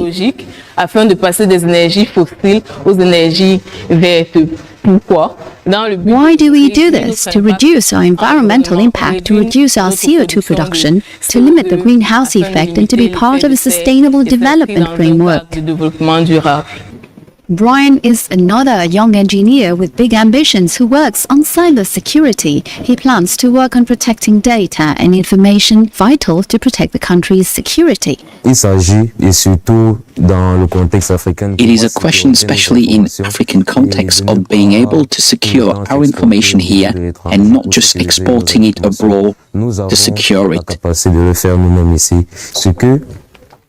We can do it ourselves here. What I want to bring is, first of all, my expertise to show that all these banks, which are here in Africa, can test the equipment. For example, we can just easily do it here locally without necessarily bringing in foreign consultants or deploying the application to the foreign services to test it. My objective is to set up a protocol made by us Africans to encrypt information, better so that a third party cannot read the communication. The acquisition and integration of knowledge and skills also relies on the quality of grassroots training. We teach our students to learn continuously. We give them the tools to be in a long life learning cycle, upskilling and moving up the ladder, particularly through active learning in the skill-based and project-based approaches. This allows them to be relatively autonomous in their learning processes, autonomous in their approach to problems and autonomous in resolving situations. We want our engineers to have the capacity to deploy themselves in all different disciplines, industrial, scientific and even technical. We must instill in our engineer the ability to be up-to-date in terms of hindsight on society and the need to which they can provide solutions and produce value. Beyond the genius, the will and the determination sometimes inspired by the models, these young engineers will need more to impact the development of African countries efficiently.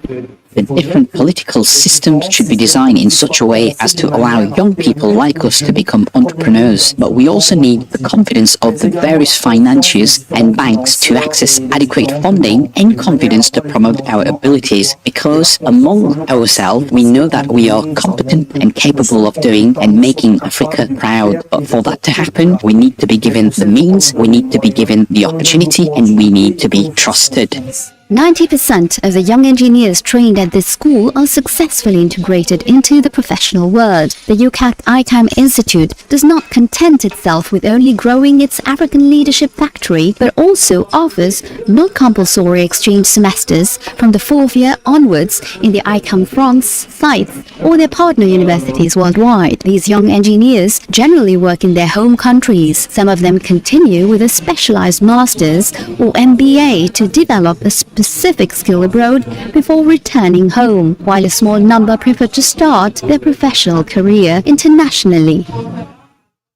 We now return to our guest, Emmanuel Turpin, co-founder of Tonti Capital, who tells us how he came to combine law and finance in his professional journey. Let's listen to him. Emmanuel Turpin, today you are a lawyer in Luxembourg, but you are Senegalese and you studied in St. Louis. When did you first become interested in law and finance? Je dois dire que j'ai atterri dans le droit un peu par hasard. I must admit I entered law somewhat by chance. We receive strong academic training, but when it comes to university orientation, things can become unclear. After high school, I wanted to study in France, but lacked financial means. J'ai rencontré M. Amadou Diao, qui était à l'époque le président du groupe ISM, qui est une business school. I met Mr. Hamoudou Dao, then president of ISM Group, a leading business school in West Africa. He encouraged me to enroll. After passing the entrance exam, I obtained a 3-year scholarship and completed a degree in business law and management, alongside a private law degree in partnership with the University of Toulouse. Partenariat avec l'Université de Toulouse. Donc, ayant réussi cette licence, j'ai atterri à Toulouse, mais je ne savais toujours pas ce que... After graduating, I moved to Toulouse, still unsure about my career path. During my master's program, I took a financial law course with Professor Julien Theron. That was the turning point. I immediately knew this was what I wanted to do. I then applied to a master's program in finance, project finance, and structured finance at the University of Nanterre. At the time, I did not necessarily plan to become a lawyer, but my studies opened my eyes to the global financial system, especially in Africa, and to products we use daily, but whose potential we do not fully exploit. Notamment sur des produits sur lesquels on devrait travailler parce qu'ils existent, nous les pratiquons tous les jours, mais nous n'en exploitons pas le potentiel. Et donc aujourd'hui, on est dans un environnement où quand on veut faire de la création Today, financial innovation is heavily regulated. Africa has specific development needs. To address them, we need flexibility in designing solutions. Developed countries had that flexibility in the past, sometimes learning through crisis. African financial professionals now face the challenge of innovating within a stricter framework. Cracher pour pouvoir trouver des solutions pour maintenant réglementer et éviter que ça ne se reproduise plus. Donc c'est particulièrement challenging pour les financiers africains, mais il faudrait qu'ils s'y penchent et qu'ils puissent trouver des solutions adaptées, quoi, tout simplement. When you arrived in Luxembourg, did that help you adapt the tontine to modern finance? Tout à fait. Arrivé au Luxembourg, je travaille sur des fonds d'investissement. Absolutely.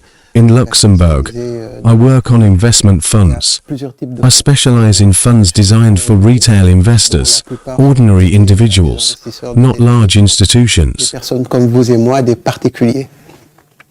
La finance étant très réglementée, en fonction du type d'investisseur, il y a des règles spécifiques qui s'appliquent. Financial regulation varies depending on the investor profile.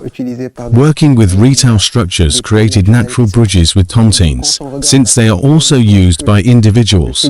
Pour les particuliers et qu'on regarde la structure des tontines, l'enjeu était de trouver une façon. By comparing the structure of regulated funds and tontines, the objective became clear: to allow tontine members to become investors in regulated vehicles already suited to their profile. Luxembourg gave me clarity on the legal compliance required to build that bridge. Qu'il faut avoir du point de vue juridique pour pouvoir atteindre notre objectif de connexion. From Luxembourg, what gaps do you observe in African finance? La lacune principale que je vais citer, c'est qu'aujourd'hui, les étudiants africains connaissent très bien les produits structurés, dérivés américains, les obligations d'État européennes, les structures luxembourgeoises, mais One major gap is that African students know American derivatives, European sovereign bonds, Luxembourg fund structures, but few study African financial products, like the tontine. That is problematic. Very few financial professionals have examined its intrinsic potential, how it works, or how to modernize it. De ce produit, sur comment il fonctionne et comment on pourrait le moderniser, l'adapter, c'est qu'on a un réel problème. L'autre point, c'est que quand vous voyez comment les États empruntent au niveau des investisseurs internationaux, que ce soit sur le marché des eurobonds ou au niveau des institutions internationales comme le FMI, alors que vous voyez qu'il y a une économie parallèle avec des mécanismes comme les tontines, vous vous posez également des questions. Another issue concerns sovereign borrowing. African states issue Eurobonds or borrow from institutions like the IMF, while a parallel domestic capital system exists. Africa does not lack capital, it lacks structuring. The real challenge is how to structure domestic capital and connect it to modern finance that would strengthen negotiation power and help finance the real economy more effectively. Plus d'assises financières pour financer l'économie réelle de notre continent, quoi. What differentiates you from the other digital tontines? Alors, deux choses. La première, c'est que des tontines digitales classiques. Two things. First, many digital tontines already exist, such as Money Fellows, Motontini, or Circle in France. But to our knowledge, none are connected to financial markets. Aucun projet, aucune tontine digitale qui soit connectée au marché financier. Donc, notre objectif est de permettre justement à la tontine de prendre... Our objective is to elevate the tontine and make the connection with capital markets obvious. Savings remain secure, but part of the savings is invested. That changes everything. It brings depth to our financial markets. A few years ago, the BOVM celebrated a market capitalization of 10,000 billion CFA francs, roughly 15 billion euros. That is about the size of a single Luxembourg fund. Et ont besoin de profondeur. Sans cette profondeur, les sociétés ne vont pas se coter suffisamment parce qu'elles n'auront pas forcément d'intérêt à le faire. Sans cette profondeur, on ne peut pas vraiment développer de produits. Our markets are small. They need depth. Without depth, companies hesitate to list. Without depth, derivatives cannot develop. Without depth, sovereign bonds are mostly purchased by institutions, not individuals. Creating depth allows retail investors to participate. We simply need to change the way formal finance views African financial products. We must modernize them, adapt them, and allow them to scale. De prendre plus d'altitude, quoi, tout simplement. And that's all for this edition of Initiative Africa. You can find Emmanuel Chopin's full interview along with all our programs on our website, africana.com, and across our social media platforms. Don't forget to share, like, and comment using the hashtag Initiative Africa. And join us next week, same time on the channel, for a new episode of Business Africa. Have a great week, and until next time, goodbye.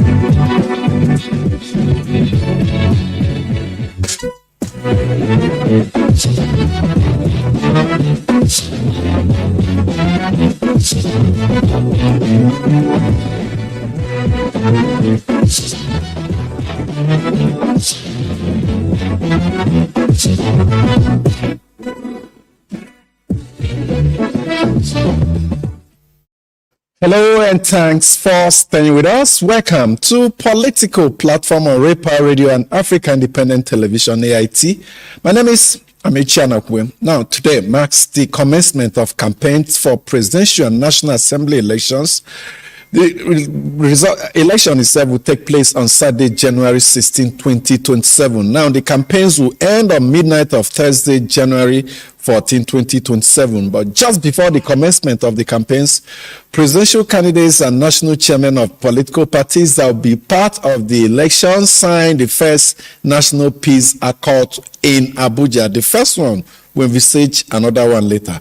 The accord commits the parties and candidates to peaceful, issue-based campaigns ahead of the commencement of campaign today. Among those who signed at the ceremony were P2B of the Nigeria Democratic Congress, Omoyele Sowore of the African Action Congress, Tona Duke of People's Redemption Party.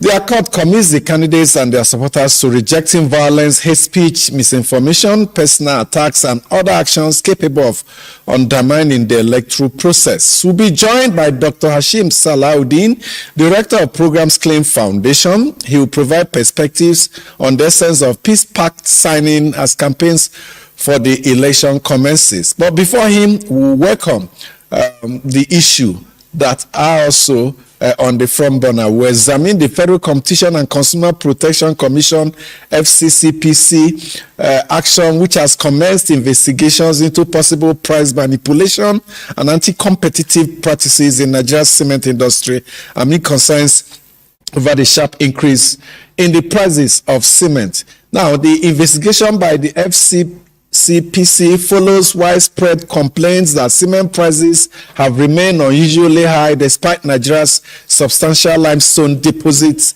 domestic production capacity that is even exporting, and reported excess installed capacity. The Commission's preliminary findings are contained in a 40-page field report prepared after a 3-month assessment comparing Nigeria's cement market with those of countries in Africa. They include Kenya, Tanzania, South Africa, Egypt, Morocco, Algeria, and neighboring Togo. The assessment found that cement is significantly more expensive in Nigeria than in several of these countries. And so my colleagues as usual are with me, Uju Ejeye, Sholaja Simi, and Mustafa Mohammed. Welcome to the program. Thank you so much, and we welcome our viewers and listeners. You're welcome to the program. Thank you. Good morning. And indeed, FCCPC, an antitrust regulatory body, has carried out an investigation as to why prices of cement is higher in Nigeria than in other African countries. And indeed, it is one thing that they should get commendations for. In every economy, you have antitrust laws. You have agencies such as that make sure that a monopoly or a duopoly or oligopoly, that few persons don't dominate any particular market in such a way that they determine everything. They can fix prices, they can control distribution, supply, and all that. And it's not today that Nigerians began to suspect that we are paying more for cement, despite the fact that, one, we have limestone in abundance. Two, we have several local firms that have capacity to meet our local demands and even export. Now, what we are hearing is that some of those exported, these cements, the prices are higher than what you buy in Nigeria. So FCCPC have said they have established that basis that there appears to be manipulations. Who is manipulating the prices? Is it the manufacturers? What should we do to bring them to book? You know, I was a reporter then with the Federal Ministry of Works. I've also covered housing.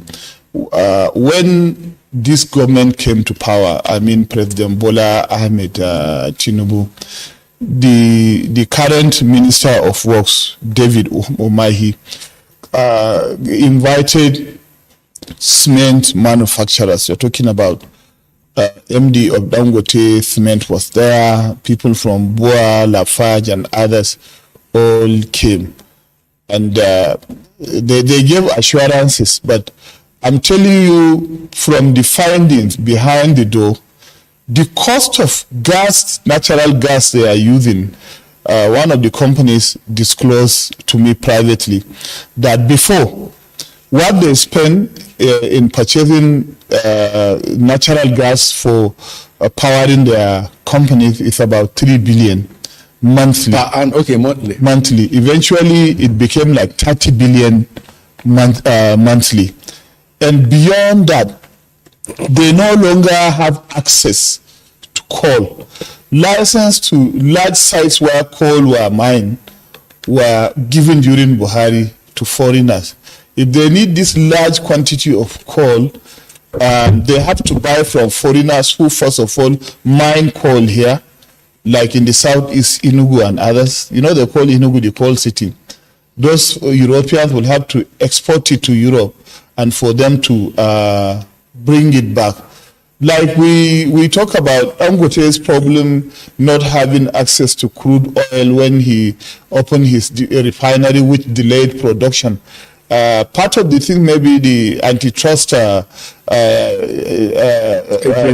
agency of the federal government needs to look at is whether those problems, access to gas, access to coal, have been solved, yet the cement is still very Also expensive. looking at the forex, that's the Variations. Yes, and beyond the naira and other local factors like you have mentioned. Even before the cement went, I think, skyrocketed, people in far north like Sokoto, Borno, Adamawa, Taraba have always bought those cement at exorbitant price like fuel. And I'm telling you, at these border areas that I mentioned, smugglers also commandeer these products to the neighboring countries of Cameroon, Chad, Niger, making the cement very scarce. So these are some of the problems they should, not just pointing a finger at the manufacturers. They should dig deep in and find out whether those problems the manufacturers have faced in the past have been solved. They are not pointing fingers at anybody yet. My take on this is that the FCCPC, headed by someone we can say is our elder as a journalist, Tunji Bello, who moved into politics and all of that, and is doing his bit now as the vice chair of this commission. We need to go beyond because if we're not careful, we will become praise singers for government agencies which are supposed to do their jobs. Amiti, you authored a book on regulatory authorities in Nigeria and their responsibility. I'm sure that book, is available for those who want to read either online or hard copies. The fact is this: beyond the shouting that cement is more expensive in Nigeria, the same companies that make here, of course, we know Dangote, Bua, there are a couple of others. Some are operating out there. Dangote tried to, but Bua came up and everybody said, we won't allow any sort of monopoly. So Mustafa has raised the issues that the manufacturers may be faced with. So the FCCPC should go further so that we don't do a praise singing. That's what they said they would do. Second round of investigation. Good. So let them do the investigation and let them tell us whether the same kind of, things they are doing in other sectors, trying to, curb monopoly, whether they can succeed in the cement industry. We know the mafia in this industry. We know when Ibeto was with some policies almost crippled, and the man had to shout out until things change. I don't know whether that company is still manufacturing cement today. So these are things we need to look at. So regulatory agencies, we must put them on the spot. When they do well, we say, good, kudos. Then we now put some pressure. Media, civil society, and tell them, go further. Let's not allow a political lineage to make your investigation stop in one direction. What are the timelines? I've not gone through that report. What are the timelines for them to say by December we will get you? So we need in the next 3 months. So we'll be watching. I'll be asking Mr. Tunji Bello and his team lots of questions. Well, as soon as Shola mentioned Ibeto, an issue quickly came to mind. I remember one of those things that Ibeto was crying about at that time is the fact that certain persons in the industry were given waivers in the purchase of forex, why he was not given. He was buying at the regular market price, while some other persons got at the official price when it was 150. Dangote got. Yes, Dangote got at the official price, but he was getting at the black market rate, and the discrimination was so much it was affecting everything he was doing. I think this is also another area that the FCCPC needs to look into.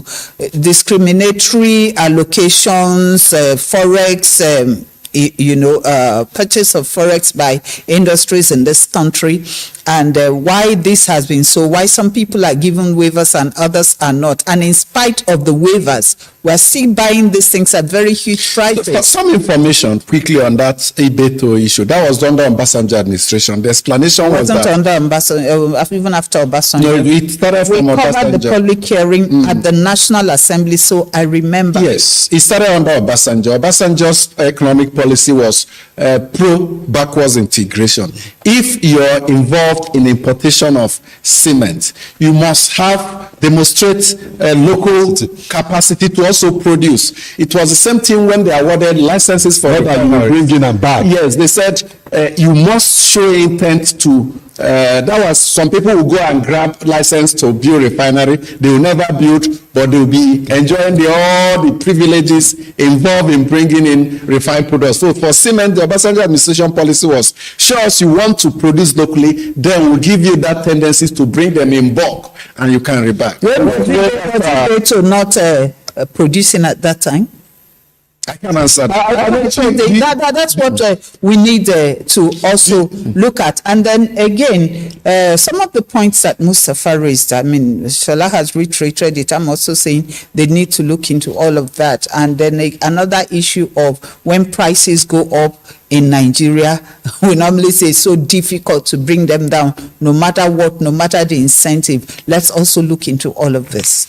Okay, now the issue is that Mustafa raised a very important point. What they saying it from this point of the manufacturers, cost of operating businesses. That's triangulating. You talked about cost of gas. Every day we increase the cost, the gas company and all that. But beyond that, taxes. There was a time Dangote told us how much he pays on every liter of premium motor spirit he produces in his refinery. So the FCCPC should also investigate all the different regulatory agencies, the taxes. Even the airlines are also shouting that the agencies, regulatory agencies in the aviation sector are triangulating them, that a good percentage of the money you pay for air ticket go to all these people. So they should also investigate that. But because we need to quickly cover a lot of ground, the peace accord, we'll go into it now. Let's go for a break to share with you some of what happened yesterday as the National Peace Committee signed the peace accord, where some presidential candidates showed up, some others didn't show up. The national chairman of the political parties also were involved. Let's take a listen. The election period has brought a share of anxiety because of the nature of our politics and the intense competition for power by political actors. While politics and the contest for power can be loud and often create friction and disagreement among politicians, we must acknowledge the progress we have made in our electoral process in terms of transparency, election management by the Independent National Electoral Commission, INEC. The Peace Committee has continued to do extraordinary work, that much I can see. We were not prepared, to monitor elections and make sure that elections are. We were set up to encourage Nigerians. A lot of people continue to have some issues that politicians are not able to resolve. Today, the signing of the first National Peace Accord therefore marks a critical milestone. We are exactly 5 months away from the 2027 general election. The man is watching, but more importantly, the Nigerian people, the youth, the farmers, the entrepreneurs, and the elderly, they are watching us.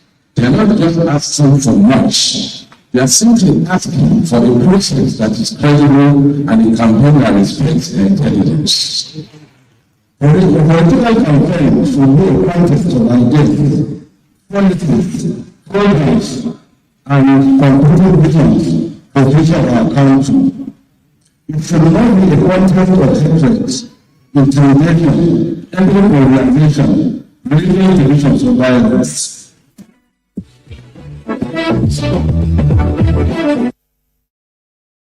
The first peace accord signed by the presidential candidates and national chairman of all the political parties that will be participating in the January 16th, 2027 presidential election. Now, key absentees were President Bola Tinubu was represented by Secretary to the Government of the Federation, and Atiku Abubakar, ADC's presidential candidate, who was represented by the legal officer of the party. ADC. Professor Osumbo. Yeah, Professor Osumbo, former governor of, indeed, Edo State. Mm-hmm.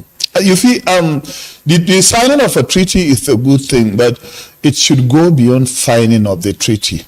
When you talk about peaceful election, the issues of political thuggery, political violence, arming the youth, giving them drugs to go and carry out mayhem is something that we all know. Just look at the Osun election that just took place few days ago. Before the election, over 33 people were killed. Then start thinking and asking yourself, if the main election comes, how many other people would be killed in the other states of the Federation? Sometimes, like the allegation against the Nigerian police force under that commissioner in Osun State is paramount. In how many other states the security agents will be accused of joining the two talks or giving them cover to carry out mayhem? And even without the police, like in northern Nigeria, I can tell you, just like you have area boys in the south west, you have Ndaba, Nkalare, Sarasuka, everywhere, from Kano to Sokoto, from Maiduguri to Kaduna. They are out there, jobless youth who are on drugs, being hired, and they are ready to be hired. I think the Nigerian populace, the Nigerian people, the Nigerian politicians fail to learn their lessons. These talks who disrupt elections, snatch ballot boxes and attack people are not falling from heaven. It's the creation of the society.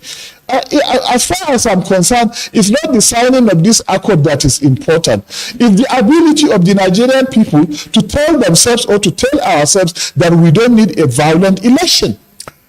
My take on this is, as I looked at all of them yesterday as they signed, because I don't want to get into who came and who did not come.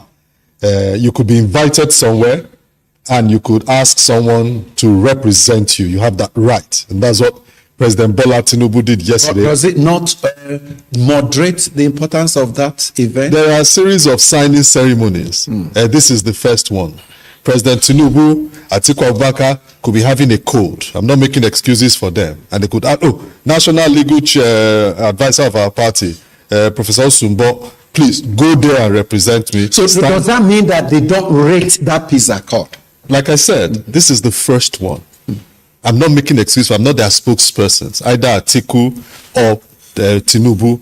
But the fact remains that these things were signed. It is what happens when they sign the series. Mustafa has emphasized whether they will agree and subscribe and tell all the lieutenants down the line to ensure that things are done properly. Because when you say we must snatch power, you don't give power a la carte. All is fair in politics. And maybe if I can get a couple of ones said by one or two other political leaders, I can add it to what I'm saying here. If those are the hem of affairs, even the man in the APC who said we should kill other party members, what has been done? He has only gone to answer questions for 2 hours at the Osun Police Command. Till date, we need to find out. And that's why we in the media must put pressure on him. And begin to say, CP in Osun, IGP, the Senator, what's his name? Father Oti, how far with him? Are you charging him for something? What questions are you asking of him? If not, all of us will just be talking and we'll have all the Reverend Fathers continue to say this and this. I'm a positive optimist, and I like to look at the positives of every situation. But there are corners where we need to unearth and ask key questions. And that's what we need to keep doing. So what they did yesterday, positive. I like the optimism in the face of not a few who signed there.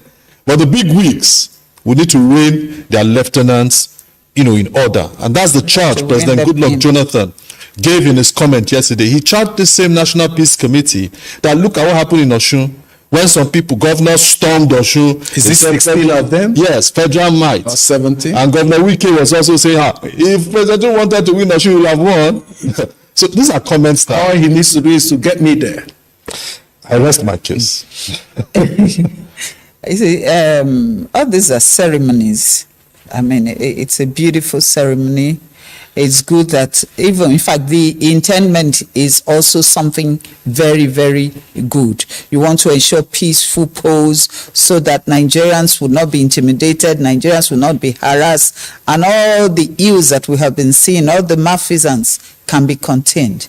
But we've seen these ceremonies performed during every election period. And at the end of the day, what do we see? Violence. We see all manner of, all manner of malfeasance, malpractices, and whatever you can think of, particularly violence with every election. And so that tells you that this thing has become like a ceremony to most of our politicians. Is it not peace accord? Go and sign. Go and sign. We have our strategies.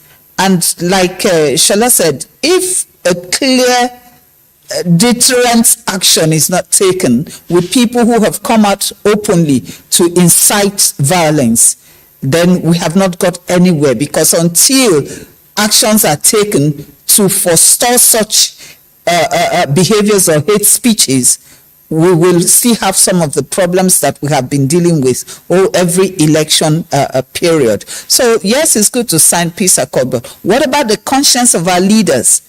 Is their heart in what they are signing? Because we have seen this happen, and then they are